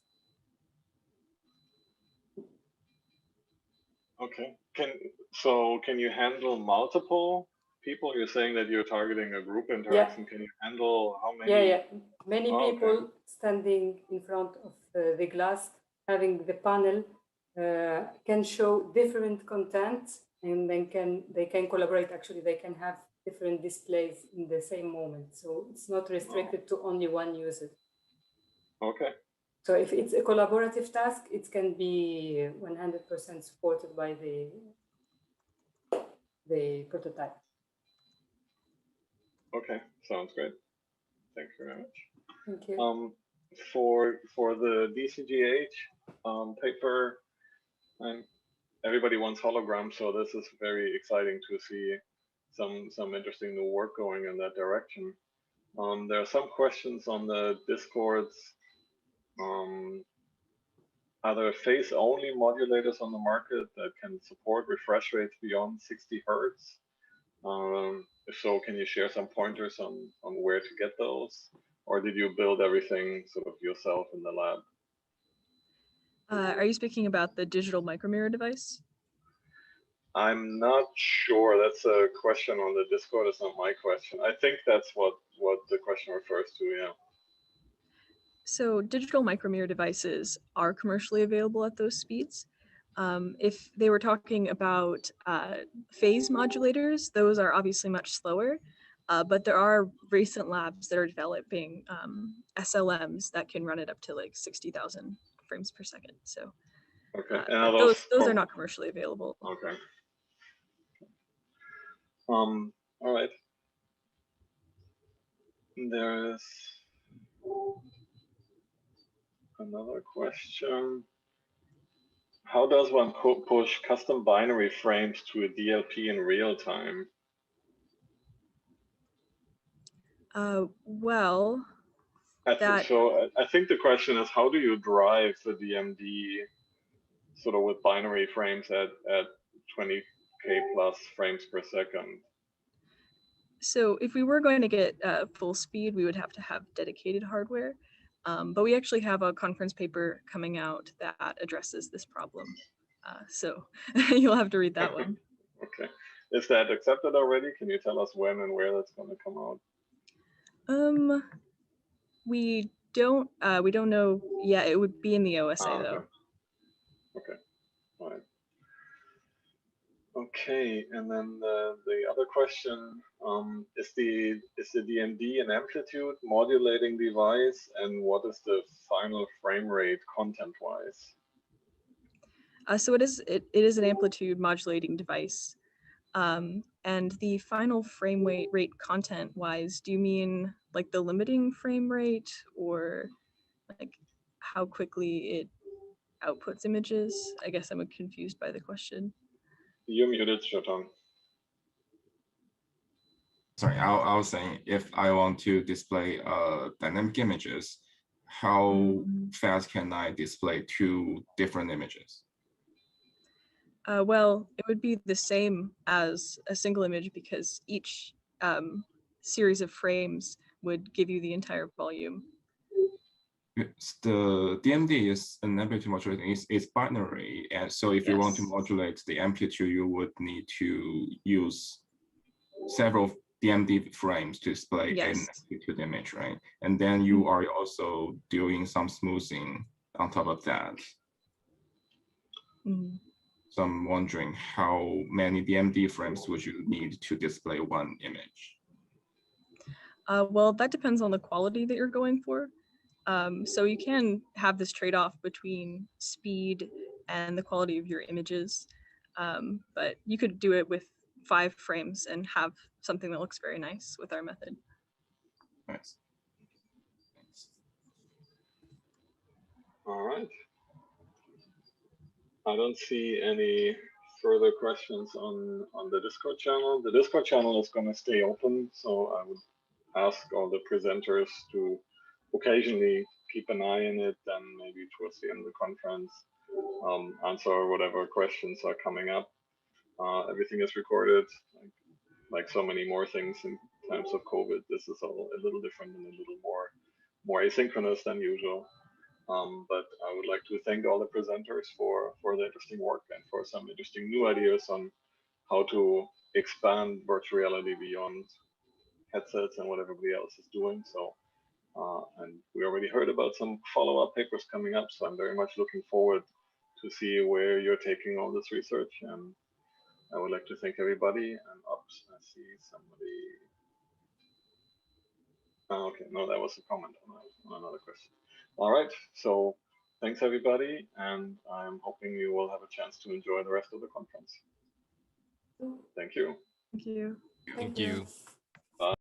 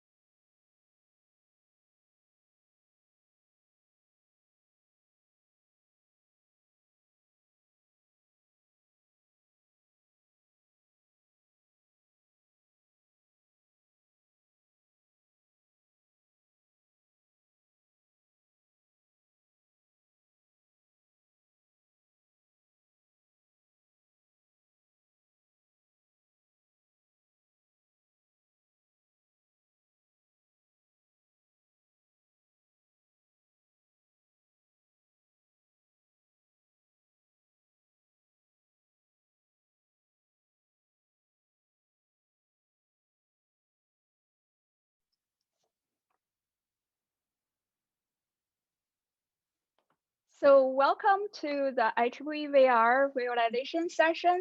So we have a total of 5 papers. The first paper is an invited journal article from TVCG, plus an exciting, very broad range of presentations accepted by this conference. So so we will start right away. So the first paper will be presented by Yana Name. The title of the paper is Visual Quality of 3D Meshes with Diffuse Color in Virtual Reality, Subjective and Objective Evaluation. Yana, take the floor. Thank you. So my name is Yana Neme. I'm a PhD. Okay.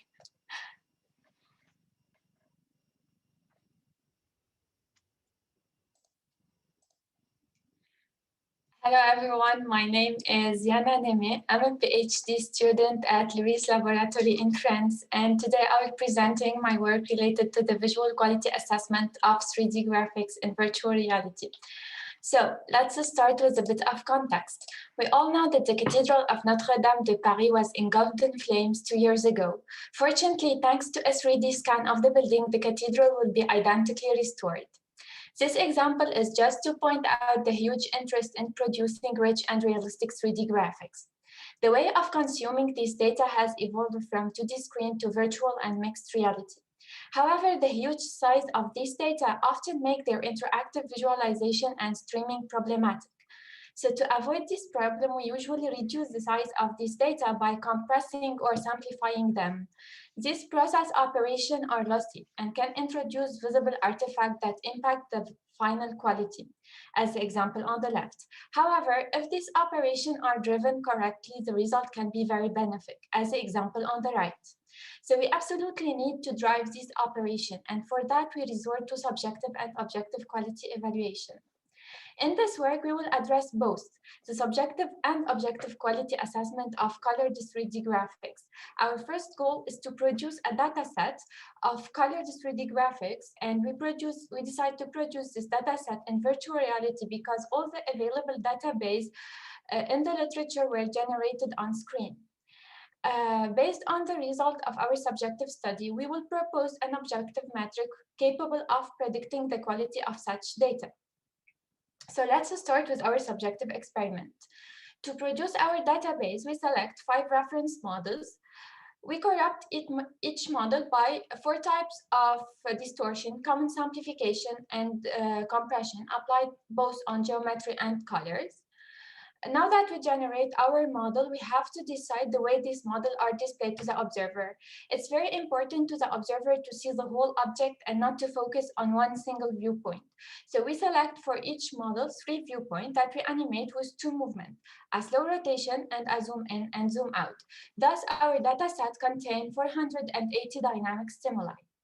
Finally, to implement the experiment, we decide to select the double stimulus impairment scale method, in which we show to the observer the reference and the distorted model, and we ask him to rate the impairment on a 5-level discrete scale. A total of 72 participants took part in the experiment, 45 of whom had already tried or were familiar with the VR headset. So now we have to discuss the result of the experiment. So we evaluate the effect of the source model, distortions, viewpoints, and animation on the subjective scores.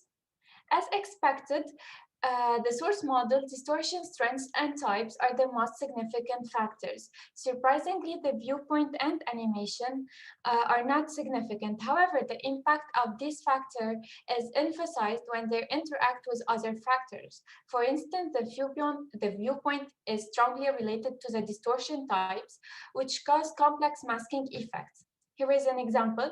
We have the fish model displayed under 2 viewpoints. The first corrupted by 2 different distortion types. The first distortion type is more visible on the viewpoint 1, while the second distortion type, which is the geometric quantization, is more visible on the viewpoint 2, more than viewpoint 1, because viewpoint 1 is richer in colors and details, which mask the geometric degradation. Similarly, we evaluate the impact of this factor on the confidence interval, which is also related to the agreement among the subjects. You can find the whole analysis in the paper. And based on the result of our subjective study, we proposed an objective quality assessment metric for colored meshes. So the metric we propose is a full reference metric that take as an input the reference and the distorted model. It's operate entirely on the mesh domain, and it's based on 3 simple steps. First of all, we compute the correspondence between the mesh, the reference, and the distorted model. Then we compute a set of local, of geometric, and color features. And finally, we select an optimal subset of these features.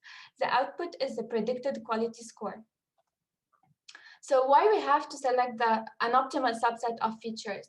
In fact, as we saw, our metric contains 8 features. This number is relatively high. Some features may be redundant or may have, some features may be more significant than others. So to avoid overfitting, we usually select an optimal subset of these features by using cross-validation tests. In this test, we divide the data into 2 parts: training set used to optimize the metric and a test set used to evaluate the metric. So in our study, we designed 2 cross-validation tests using the data set produced from our subjective experiment. In the first cross-validation test, we split the data according to the source model. In the second test, we split the data according to the distortion types. And since we have 8 features, this means that we have 255 possible combinations of features. We search exhaustively through all the possible combinations, and we select the one that generate the best average performance of our metric over all the tests. So the final model of our metric is composed of only 4 features, 1 geometric-based features and 3 color-based features. So now that we have our metric, we evaluate its performance on 2 datasets, our dataset and a new dataset, which is a texture meshes dataset, to verify that our metric did not just learn the distortions that are specific to our database. Moreover, we compare its performance to several state-of-the-art objective metrics, quality metrics. You can find the whole results and the performance evaluation in the paper, but I can assure you that our metric provides good results and outperforms several state-of-the-art metrics. And finally, to conclude, in this work, we provide a large subjective rated database for colored 3D graphics. This is the first public database produced in VR. Based on the our subjective study allowed us to draw interesting conclusions regarding the factor influencing the subjective scores. And based on the findings of our subjective evaluation, we propose an objective metric capable of predicting the quality of colored meshes. Both the metric and the dataset are publicly available. And as a future work, we would like to produce a huge database of 3D models, about 3,000 models, in order to create an end-to-end deep learning approach. And I would like to mention that in the very near future, I will be looking for a postdoc as my PhD is coming to an end. So I would really love to hear from you about available position. Thanks for your attention.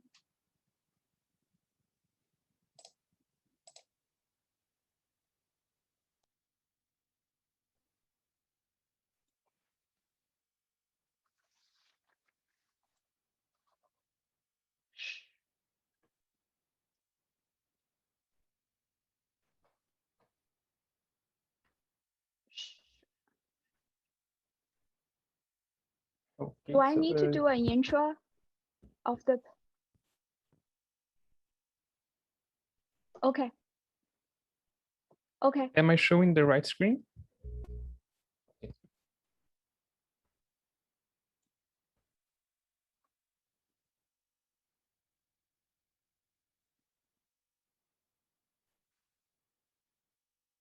Hello everyone, it's a pleasure to present to you our work on comparing and combining virtual hand and virtual ray pointer interactions for data manipulation in immersive analytics. This work is part of my PhD thesis with Professors Luciana Niedel and Wolfgang Sturzlinger. As you know, immersive analytics is a quickly growing application for VR and AR technologies. However, there is still much uncertainty in terms of how to design, navigate, and interact with these kinds of environments. This work focuses on the interaction aspect. Our motivation came from the observation that a lot of recent immersive analytic systems are based either on local interactions with virtual hands or remote interactions with virtual ray pointers without a clear understanding of their effect on user performance. Also, it's reasonable to assume that each of these approaches has different advantages and that combining them would be a good idea. There are some examples of this in the recent literature and VR applications, but not in immersive analytics itself.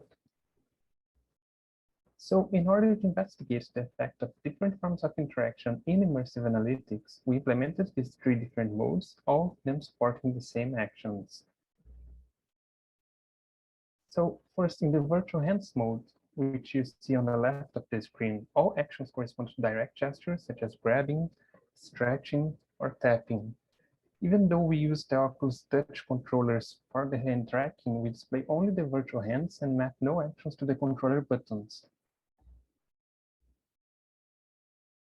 Now, in the virtual ray pointers mode on the right of the screen, virtual rays start at the tip of each index finger, and the controller triggers can be used to hold any remotely indicated point. Actions such as dragging, rotating, and scaling work with reference to this remote point. In the hands mode, we adopted the concept of virtual smartwatches in order to support easy to access additional controls without resorting to using controller buttons or obstructing the view of the data. Now, in the pointers mode, additional controls can be mapped to the controller buttons, and we display virtual labels next to the buttons to remember the assignments to the users. Finally, in the mixed mode, users are allowed to seamlessly switch between hands and pointers depending on the actions they perform on the controllers. The controller models only become visible when the user touches one of the buttons or executes a remote hold action. Otherwise, hand gestures are used. So let's talk about our user study. In order to evaluate these 3 conditions, we implemented a room scale space-time cube use case. The space-time cube is a visualization that depicts movement trajectories across space and time, as the name says. And it's a good example of immersive visualization because it requires good integration of all 3 spatial dimensions for every task. So in particular, we asked the users 3 different categories of information-seeking tasks: what, when, and where. This was to demand different forms of interaction across the experiment. In our experiment, 15 participants of diverse levels of VR familiarity completed a system tutorial where we counterbalanced the introduction of hand and pointer instructions to avoiding influencing user preferences. Then they executed 3 repetitions of each task in each of the 3 interaction modes. A same participant never received the same task stimulus more than once, and this was to avoid data learning effects. So let's go through what we found out in our experiment. First of all, our results suggest that both virtual hands and virtual pointers are efficient forms of interaction in immersive analytics. We couldn't find significant differences between them, either in terms of performance, workload, interactivity patterns, or even user movement. You can find more details about this in the paper. However, we did find a difference when considering the mixed mode. This mode reduced completion times by 23% over using only virtual hands for the most time-intensive task, which was the wear task. Unfortunately, this mode also slightly reduced overall success rates by around 5%. This was likely due to unintended selections when working with the 2 modes at the same time, and also due to lack of training of the participants. But it is something that must be addressed in future work to avoid this disadvantage. Considering user preferences now, 9 participants stated that their favorite mode was mixed, and only 1 participant would prefer using only pointers. This emphasizes the need of combining the both of them. When we break down these preferences by low-level tasks, it's clear that participants enjoy to perform different kinds of actions in different modes. They prefer the hand gestures for manipulation, such as rotations and scalings, and the more precise pointers and buttons for selections and annotations.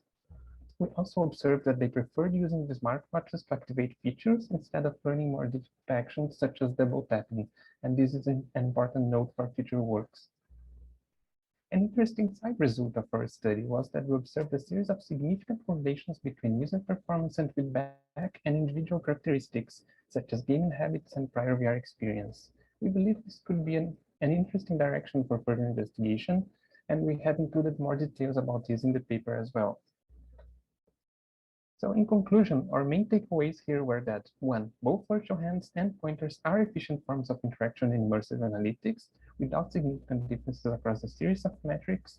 And 2. Users prefer combining the two modes, and this can help them to overcome limitations of each mode and lower task completion times. Finally, I would like to take a second to invite you to check out our new paper that is now available at TVCG. In this new related work, we conducted a large study with 9 different conditions and 36 participants to isolate 2 new effects in immersive analytics, the effects of frames of reference and exploration modes. More information about both papers is available in my webpage at georgewagner.com/publications. Thank you all for watching, and don't hesitate to send me questions in Discord for our panel in the end.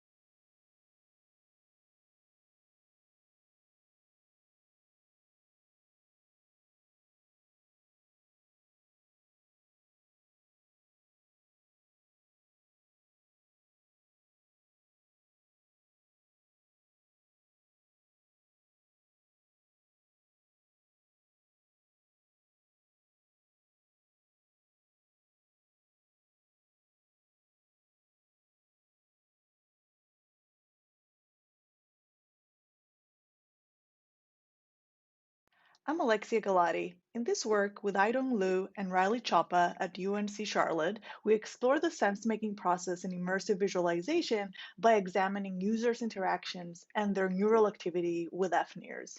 In this project, we leverage augmented reality and we develop a visual analytics system to examine some open empirical questions about sense-making in immersive environments. Here, we use our visual analytics system to explore the sense-making process through studying user behaviors and their neural activity in a classical visualization problem, a visual comparison and clustering task. We address the following questions. First, during sense-making in immersive environments, how do task constraints influence the user's interactions and their neural activity? Second, what predicts task performance in sense-making? Do the user's interactions and neural activity relate to how accurate they are in the task? Our work is informed by the theoretical perspectives of embodied and distributed cognition, which posit that spatial arrangements are used to support cognitive processing. We predict that users' interactions, for instance, increased body movement and increased physical interactions with task-relevant objects, can support sense-making. And additionally, these interactions can help offload cognitive load when the task is more difficult. We also predict that this will also be indicated in the user's neural signatures during sense-making as well. Now, in terms of the effects of different types of spatial layouts, there's evidence that larger spatial layouts generally support reasoning. However, there's still mixed evidence about whether some types of layouts, namely 3D layouts, support reasoning better than traditional 2D displays, 2D layouts. So our predictions with respect to the effects of layout type were exploratory. But we were interested in exploring whether 3D layouts, by being more immersive, might support better sense-making performance. So in our study, 14 participants completed a visual correlation task. In visual correlation tasks, participants group, match, or cluster images based on visual features. And participants were attached to the FNIRS apparatus and donned the Microsoft HoloLens simultaneously, so that neural sequence data were collected as images were presented in augmented reality. Participants first familiarized themselves with the system, and then they completed 8 experimental trials that involved different images. Now, critically, in these 8 trials, we manipulated 2 factors, 2 dimensions, one being layout type. Half of the trials involved a planar 2D format, and the other half involved a cylindrical 3D format. We also manipulated the level of difficulty of the trial, or its cognitive load, with half of the trials involving low cognitive load, namely the comparison and clustering of 5 images, and the other half being of high cognitive load, 10 images. So we have this 2x2 design. Our visualization system runs on a local host. It permits interactive and flexible visualization of users' behaviors, for example, visualizing user interactions with images from the HoloLens in a particular time frame of the study or during specific trials, which we can select in the time bar. We can also explore the statistical distributions of the data. The PSA panel visualizes data distributions from the 32 FNIR signals that we collect, subjecting them to dimensionality reduction. And we can display PSA results for individual users or groups of users and explore individual nodes. And we can also select subsets of the data to explore, for example, all the trials that involve 2D layouts. So back to our research questions, did task constraints, namely the type of layout and cognitive load of the trial, influence the user interactions? We found that in terms of cognitive load, yes, it did influence user interactions. For the more difficult trials with 10 images as opposed to 5, there were more image moves, images were moved over a longer distance, and there were longer gaze durations on images. Interestingly, in terms of layout, there was no effect, meaning there were no differences between the 2D and 3D layouts. Now, our second question was about sense-making performance. So we considered user interactions across different ranges of performance, from low to high. And what you see across all these different interactions is a consistent pattern. As users engage in more interactions, they were more accurate. And what's interesting, as you can see from the difference between the blue and orange lines, is that this effect was modulated by cognitive load. So the benefit of these interactions was generally greater for the high cognitive load condition.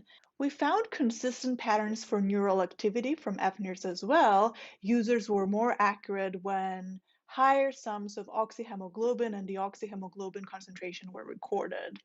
And again, neural activation depended on cognitive load. Now, in addition to these quantitative analyses, we used our system to explore users' interactions and the statistical distribution of their FNIRS in PSA. For example, based on these PSA distributions, we can examine different users' interactions in the HoloLens. So if we consider the center region of the PSA distribution as representing common stages of cognition during sense-making, and the nodes outside in the periphery to represent unique behaviors, we can explore what types of behaviors these demonstrate and detect consistent patterns. To conclude, we found that during sense-making, people used more interactions on demanding trials, and that was associated with better performance, regardless of layout type. Additionally, neural activity exhibited parallel patterns, indicating that cerebral hemodynamic activity from FNIRS is a valid index of cognitive effort. Moreover, we identified common and unique patterns of interaction associated with cognitive effort and with different sense-making strategies. Our visual analytics system, both its user interface and the researcher's visualization interface, can be adapted to support and investigate a variety of complex decision-making and problem-solving tasks relevant to real-world uses. Our system can be used to systematically examine sense-making under different layouts, different tasks, different durations or timeframes, and different user groups, and can therefore contribute to theoretical advances in embodied and distributed cognition. Thank you for your attention. I'm Alexia Galati. In this work,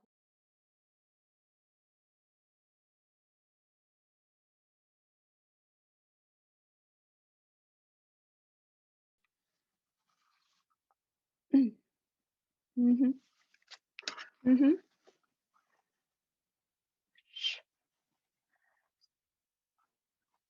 Okay, so the next paper in the section is sense-making strategies with immersive space to think.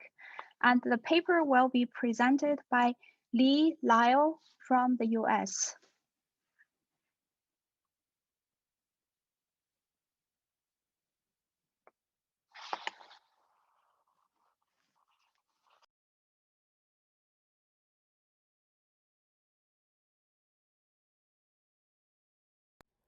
Hello, I'm Lee Lyle, and I'm here to present our paper, Sense-Making Strategies with the Immersive Space to Think. So sense-making with multimedia or non-quantitative data sources is a common interaction task that many different analysts have to perform, where they find relationships between many different types of data artifacts. Detectives, for example, have to take CCTV footage, maps, and eyewitness testimony and bring it all together to understand what happens at their crime scenes. Historical analysts also do this with primary sources to understand the era they are researching, as well as researchers do this when they're performing lit reviews. Immersive analytics purports to help this sense-making process by allowing users to interact directly with the data to better understand it. However, most of this research has been performed using quantitative data sets or with numerical underpinnings. So what about non-quantitative or multimedia data sets? So we have developed and designed the Immersive Space to Think, which is a virtual environment to assist with the processing of large data sets of non-quantitative data.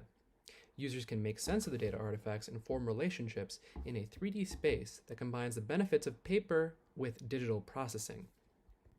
So users start in this virtual environment where they have a bulletin board with all of their data artifacts, along with some loose categories that they have designed themselves. The floor represents a tracked area so that they know where they can walk without running into any obstacles. We implemented several interaction techniques such as single or double hand, move, and resize. We added highlighting, both in selection form and in permanent highlight modes. We also added label creation using a Wizard of Oz technique. The users speak their label into existence and then can move them around. Labels could then be used as a search feature to highlight all documents' title bars that had that search string within them. Lastly, we implemented a Wizard of Oz note-taking feature, so that participants could speak their words and have them annotated on the documents they are trying to understand. So how do novices use this 3D space for sense-making? What are more effective strategies for using IST, and what improvements can we implement to better support user sense-making?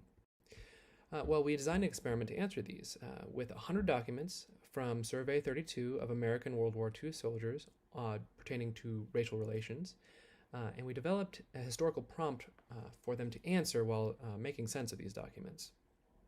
We used a 4x8 meter tract area as well as post-experiment interviews to understand this, and we recruited 17 participants which were undergrads in a World War II history class at Virginia Tech. So what layouts did we see from this experiment? Well, we saw a semicircular layout where the participant would surround themselves in documents and put themselves at the center. This allowed them to just turn their heads to see the different document clusters they had formed in their understanding of the relationships between them. We saw 7 participants use this layout. We also saw what we term an environmental layout. In this example here, the top of the rectangle is the bulletin board, and this participant used the left and rear edges of the floor as a scaffolding to form their document clusters. In doing so, they've created separate document clusters that show their insights into the document set as a whole. We saw 7 participants utilize this form of layout. We also saw a planar layout, which was generally flat, and in this example, you can see 5 different planes. There was one viewing point per plane. This was kind of a variation of the semicircular layout, except the user could not see all the planes simultaneously. We saw 2 different participants use this layout. So the takeaways we have from these layouts is that they are generally 2 or 2.5D layouts, with 3D depth being not as inherently important as we expected. We should try to support these structures in future implementations of IST. Here we see a line graph of the movement data during the main phase of the experiment, with the green diamond representing where the participants were initially located. As you can see, the entire area was generally used, with this area being the main travel area. However, the area over here had some tracking issues, which could explain why it was a little less used. Generally, the entire 4 by 8 meter tracked area was in fact utilized by the participants. We also saw some document selection bias. Our design was a freedom of choice design where all artifacts were visible at once for the user to choose specifically which documents they wanted to understand better. However, this led to a pattern of interaction where users would look at documents in traditional English reading order, or left to right, up to down, within each initial topic grouping, such as this fair grouping here. This led to documents at the top being much more likely to have been read by the participant than the documents at the bottom. To fix this in the future, we suggest to eliminate groupings altogether and randomize the artifacts in one pool so that each artifact has roughly the same chance of being read as all the others. So what did we find out? We found out that novice analysts created 2D or 2.5D structures, and we should support the creation and curation of these surfaces. This support will also help other interaction techniques. For example, participants upon the creation of a document cluster can then move all of them as a single unit rather than single documents one at a time. We also found that the space to think concept scales well to 3D space, and it's not more about adding more dimensions to the layout, but about using more space to organize their sense-making in a non-included way. We also found that the initial layout of documents affects the processing and suggested some ways to help fix this. We would like to perform a longitudinal study to see how these patterns evolve over time, as well as compare an augmented reality version against this virtual reality representation of an immersive space to think. Thank you. Are there any questions?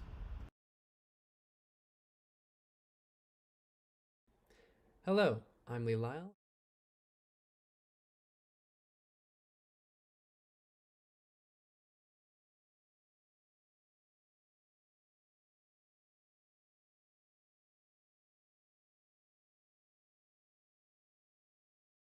Speaker of the section is Lauren Gold from US, and her and her co-author's paper will be visualizing planetary spectroscopy through immersive on-site rendering.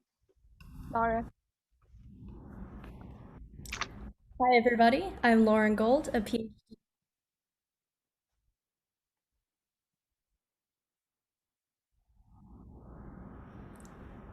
Hi everybody, I'm Lauren Gold, a PhD student at Arizona State University in the School of Arts, Media, and Engineering, working with Dr. Robert Likamwa. Today I'm presenting our work, Planetary Visor. We use virtual reality to show data collected from Mars instruments, combining orbital and ground-based perspectives. Planetary Visor is a tool to visualize planetary spectroscopy through immersive on-site rendering. In recent years, satellites orbiting Mars have captured unprecedented volumes of data. These images and spectra have mapped the red planet and revolutionized our understanding of Martian geologic history.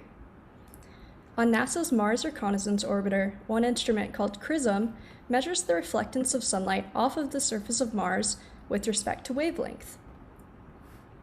Comparing the received spectra against spectral signatures of known materials helps us identify minerals on the Martian surface, including those formed in ancient environments under wetter conditions. Meanwhile, NASA's fleet of Mars rovers, including Curiosity and recently Perseverance, are mapping the terrain from the surface. These rovers see the Martian surface with much finer detail, but can't cover nearly as much ground as can be observed by orbital instruments. These two approaches are complementary, but the data are rarely shown in the same visual space. This makes localization and scaling challenging. For example, CRISM collects spectral pixels as it flies over a target, but each spectral pixel covers a roughly 18-meter footprint on the Martian surface. That's larger than an 18-wheeler. And where is that footprint? What is the shape of that footprint? Where does it intersect with the rocks, dirt, and complexities of the terrain as seen in the rover scale imagery? To get at this, Planetary Visor combines the datasets into a single visualization. The user can stand on the surface of Mars and see a variety of datasets at their fingertips, derived from rover and orbital instruments. We give a handheld tool to the user so they can select and see the shape of the spectral pixel footprints among the rover terrain. They can simultaneously see the spectral reading on a handheld plot. To change their scale, they can use a grab-based gesture to turn themselves into giants on Mars, to get contextual views, or navigate around. Or they can revert back to one-to-one scale.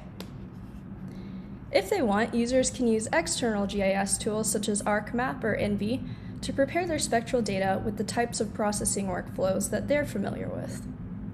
This generates the input data for our system. The data cube contains samples of reflectance. Each sample has hundreds of channels of wavelength and is indexed by where the sample is in the line and the order in which the line was taken.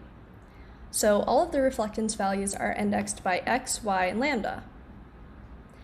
This is accompanied by a corresponding data-derived record, DDR for short, that maps the xy index to latitude and longitude coordinates. Planetary Visor uses the data cube and DDR data to place spectral pixels among the Martian terrain and to plot each pixel on the spectral plotter when it's selected by the user. We shape the spectral pixel footprints into a polyhedron that intersects with the terrain and points to the orbiting spacecraft at the time the observation was made. This gives planetary scientists a representation of where each spectral pixel physically intersects with the terrain material that it reflects from. We conducted a user study with 8 experts in planetary geosciences, including experienced members of rover operations teams and orbital data scientists. We sent them Oculus Quests and sat on Zoom calls with them, walking them through the different functionalities of the Visor system, which you'll see here, while they gave us feedback in our IRB-approved study.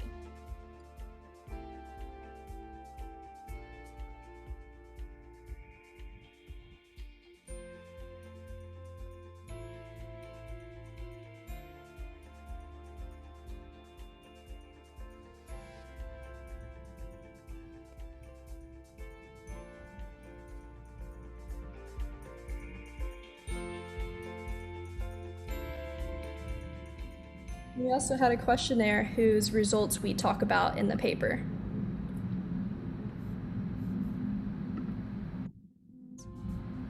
Some highlights of their feedback include the following. It's easier to maintain a good sense of scale while navigating the terrain compared to traditional tools.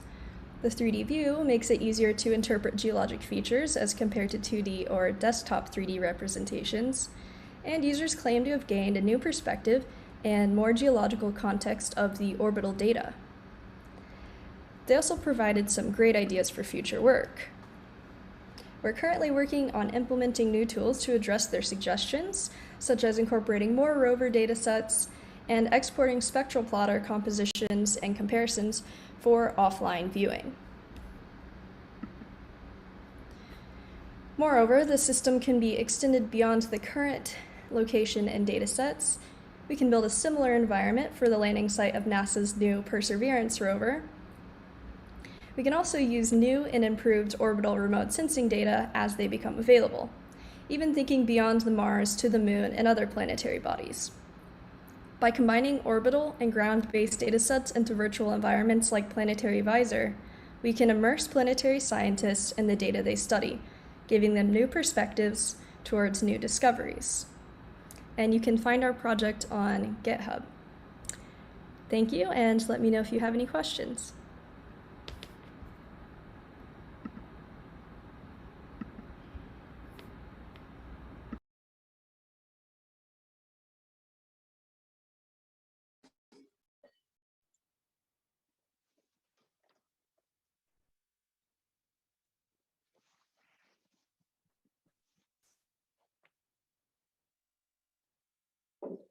Sure.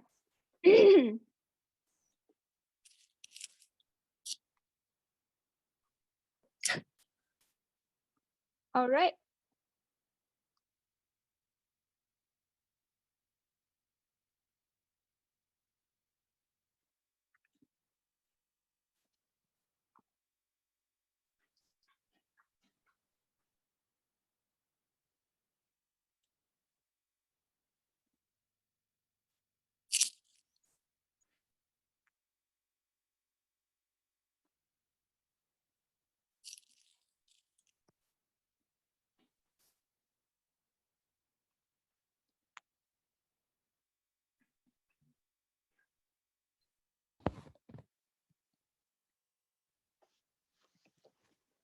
All right, so thank you all the co-authors for your wonderful presentation this session. As we can see that there are a very broad range of work of using this VR in immersive in immersive setting for visualization purposes. So I'm monitoring multiple channels. By the way, I am Jian Chen. I am associate professor from the Ohio State University. So I will be moderating this Q&A session. So we have 15 minutes for this section, and we might be able to go a little longer since we have one presentation shorter than other sections. So that's an advantage. So to take advantage of this, so please post your questions into Discord, and I will pick up questions from there. So I see some questions are being answered, and if that's the case, I'm just going to jump to the next part. All right, so I will go with the order of the presentation and ask a question in that sequence. So the first question is to Yana. About her work on the visual quality of the 3D meshes. So the first question from Adrian is about the relationship between the way people change your viewpoint and the quality of this objective measurement. Could you please comment on why do you choose to fix the viewpoint, and if the viewpoint get changed, how your results will be different? Okay, so thanks for this interesting question. So one possibility is to allow the user to free interact with the subject, object, and see and manipulate the object the way he wants. But this could lead to an over cognitive, and we have so much variables that we don't control. So we decided to use the animation as a compromise between using still images and free interaction. But as I said, it's very important to the observer to see the whole object. This is why we displayed the object under 3 viewpoint, and we choose the viewpoint in a sort that cover the whole view of the object. So we can see, so in other way, the participant will see the whole object, but under 3 different viewpoints. And of course, the viewpoint has an impact over the subjective scores and the objective metric, and we try to integrate the viewpoint in the objective metric also. Great. All right, so I will jump onto the next paper presented by George on this combination of interaction techniques, right? So this has been mentioned many years ago when we even began to study interaction. And one key issue or challenges I see myself is that combining them is pretty hard. I wonder if you could comment on the scalability of the combination, how many you can put together, and how it's influenced by the data. Okay, thank you for the question, and also congratulations to everyone. It was a very great session. It's nice to see so many visualization works here. So exactly as you said, it's tricky to integrate more than one interaction metaphor, and this was clear when we had that decrease in accuracy scores, because participants start to get confused and activate things that they didn't want to activate. But we believe that integrating these two metaphors that are very common in immersive analytics is an important direction, because in data analysis, you have to interact both with the environment in general and also with very fine data points, and also do precise annotations and so on. So we took a lot of design choices from existing applications and we integrated them in this data domain. And we believe this, the preferences results and also the increase in efficiency in one of the tasks show that this is a good direction. But in order to scale this, we have to add new improvements. We believe the virtual smartwatches that we added was an important step in this direction, because it allows you to add new functionality without overcrowding the controls or the screen and cluttering the data view. Excellent, excellent. So look forward to seeing more work about, you can scale up the system and combine many. So next question is from the audience to Elixia on the sense making process and FNRS. And this section is actually joined by Professor I-Dong Liu from the same team. So the question is from Hedges. So this is an interesting work and very novel area to use new facilities to do the measurement, right? So the question is, I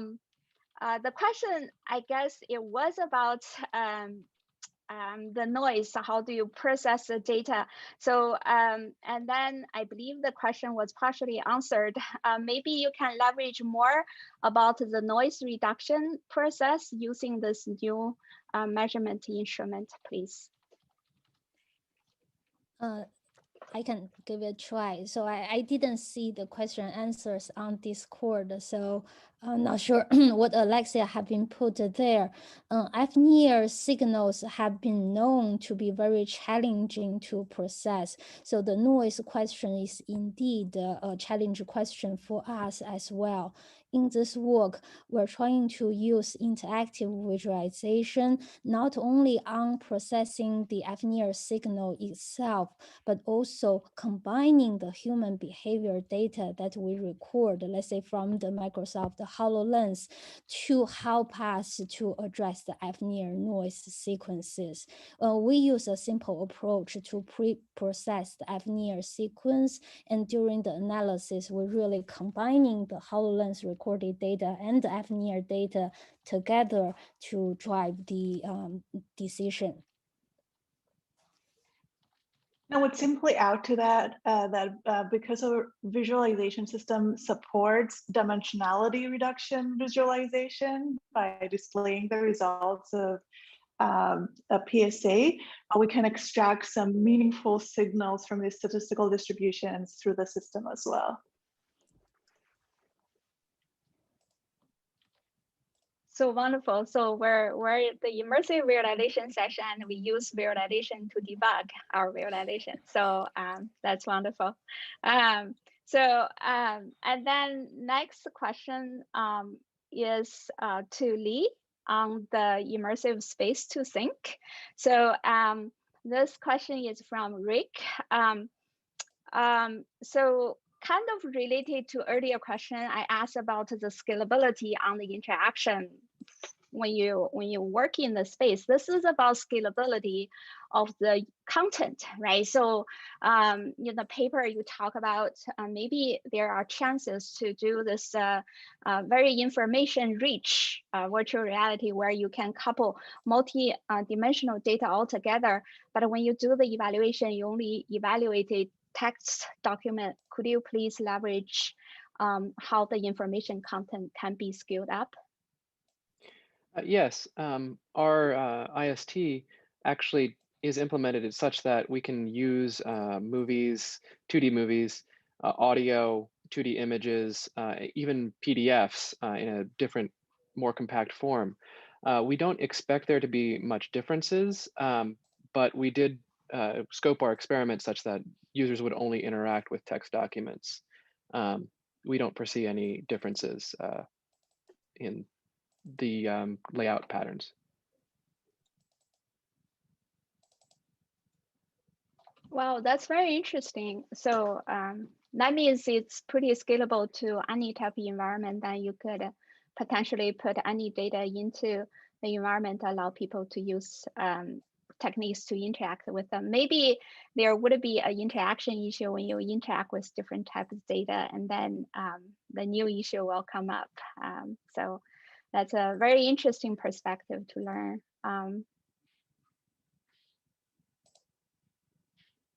You can still post questions to the Discord.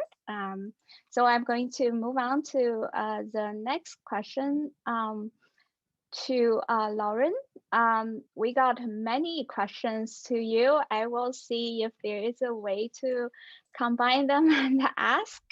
So let's see. So there is, the first question is from Nico. The question is about how do the users get feedback about their current skill while they are immersed? For example, they could become a giant, or they could become different sizes. How do you convey sizes there in the environment? So the most natural way to do that would be to look at the Curiosity rover that we placed on Mars, because that is to life scale. So you can get a quick idea about what scale you're at. Additionally, we do have a scale bar that will show you. I disabled it for a video, but if you want an accurate scale, you can enable that too. Good, good. So kind of a related question, kind of like how large is the size of the data we're talking about, right? So the previous question is about how far away, or how the user's relationship to your data, but how much data do you have, and how generalizable is your technique?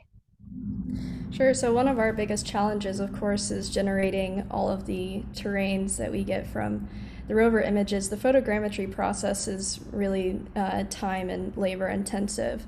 However, we do have a few terrains, and we can lay them on top of a larger high-rise digital terrain model, and that's what you see in the videos. It's kind of out off into the distance, the larger terrain that we've overlain the higher resolution terrain on top of, and so you can actually get a sense of scale by looking around at where you are placed on the high-rise mesh, and those are taken from the orbiting satellite, and those are readily available too. You don't have to do photogrammetry on those. Wonderful, wonderful. So it seems I was able to ask all the questions from Discord.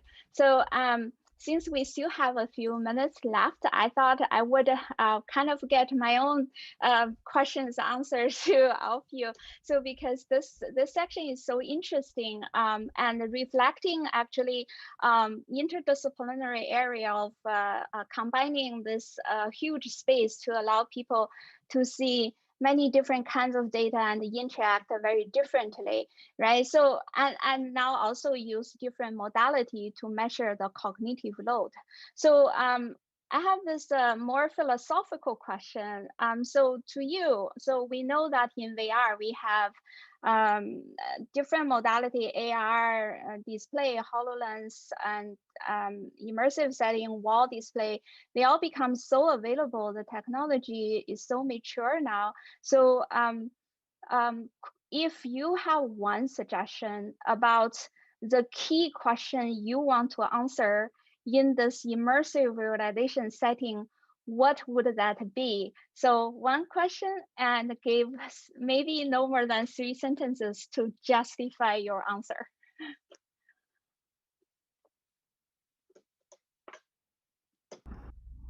Oh, is this for me? It is. Yeah. So the question I think that not only myself but a lot of scientists are trying to answer is what can we find out about the geology on Mars that leads to history of potential life, or maybe I shouldn't even say life, just evidence of water that might have been there. And so that's the biggest question, and our tool hopefully can help make new discoveries towards that.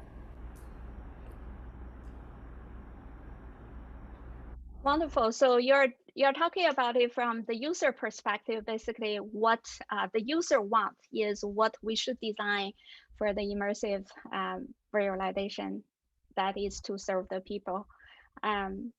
Anyone else, please?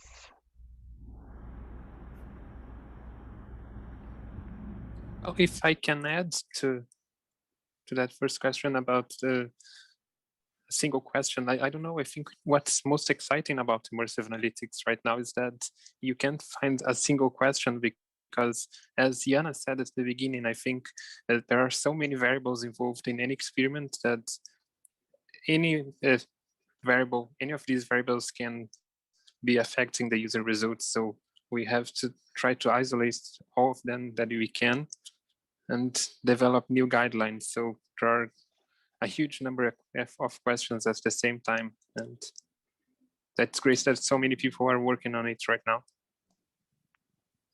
I totally agree. And I think for 3D graphics or 3D immersive data, we need to have some guidelines or standards as for images and videos, because for images and videos, all the experiments are well predefined. We can know what to implement, not like for 3D graphics, we have to figure out new standard and new protocols. I also agree with the previous speakers, and thanks our session chair, Jian, very much for raising this interesting question. To me, immersive analytics is really exciting. I think, as previous speaker mentioned, it creates new possibilities. And if I use just one sentence to comment about immersive analytics, I think it could rebuild the visualization from scratch completely. There's really many questions to explore here. Thank you. Anyone else? Any thoughts from, I don't mean to call your name, but Lee and Alexia? Yeah, I'm pretty excited about the future of immersive analytics, just not only for the sense-making process, but also to the sharing process. Like once you've created these layouts, I want to see exactly how people can share their thoughts and transfer the information from their layouts. I think that's a pretty exciting way to examine immersive analytics. From my perspective, I'm a cognitive and psychological scientist, and so this is interdisciplinary work for me in collaboration with Aidong Liu here. The questions I typically ask in my area of work do have to do with how human cognition unfolds in situated environment and how the body is implicated in that. And I think using immersive visualization is a tool for studying that, collecting data, but also interpreting and understanding that data. So I think that's an area that's ripe for understanding, for being used for understanding the mind and behavior. And I'm particularly interested in going forward, leveraging these visual analytics tools to also examine not only how cognition unfolds within the individual and its interaction with the environment as a system, but also across individuals. So I'm particularly interested in collaborative work in using visual analytics. Wonderful, wonderful. So I heard that it's basically, I still remember Chris North's keynotes about embodied interaction. That's basically combination of embodiment and all this cognitive measure to arrive the design guidelines to serve the people. So this is a wonderful section, and I thank you everyone for presenting your work. And I'm so delighted that we have psychology here, computer scientists, and all levels. So thank you very much. If you already turn on your speakerphone, so please give yourself applause, and thank you very much.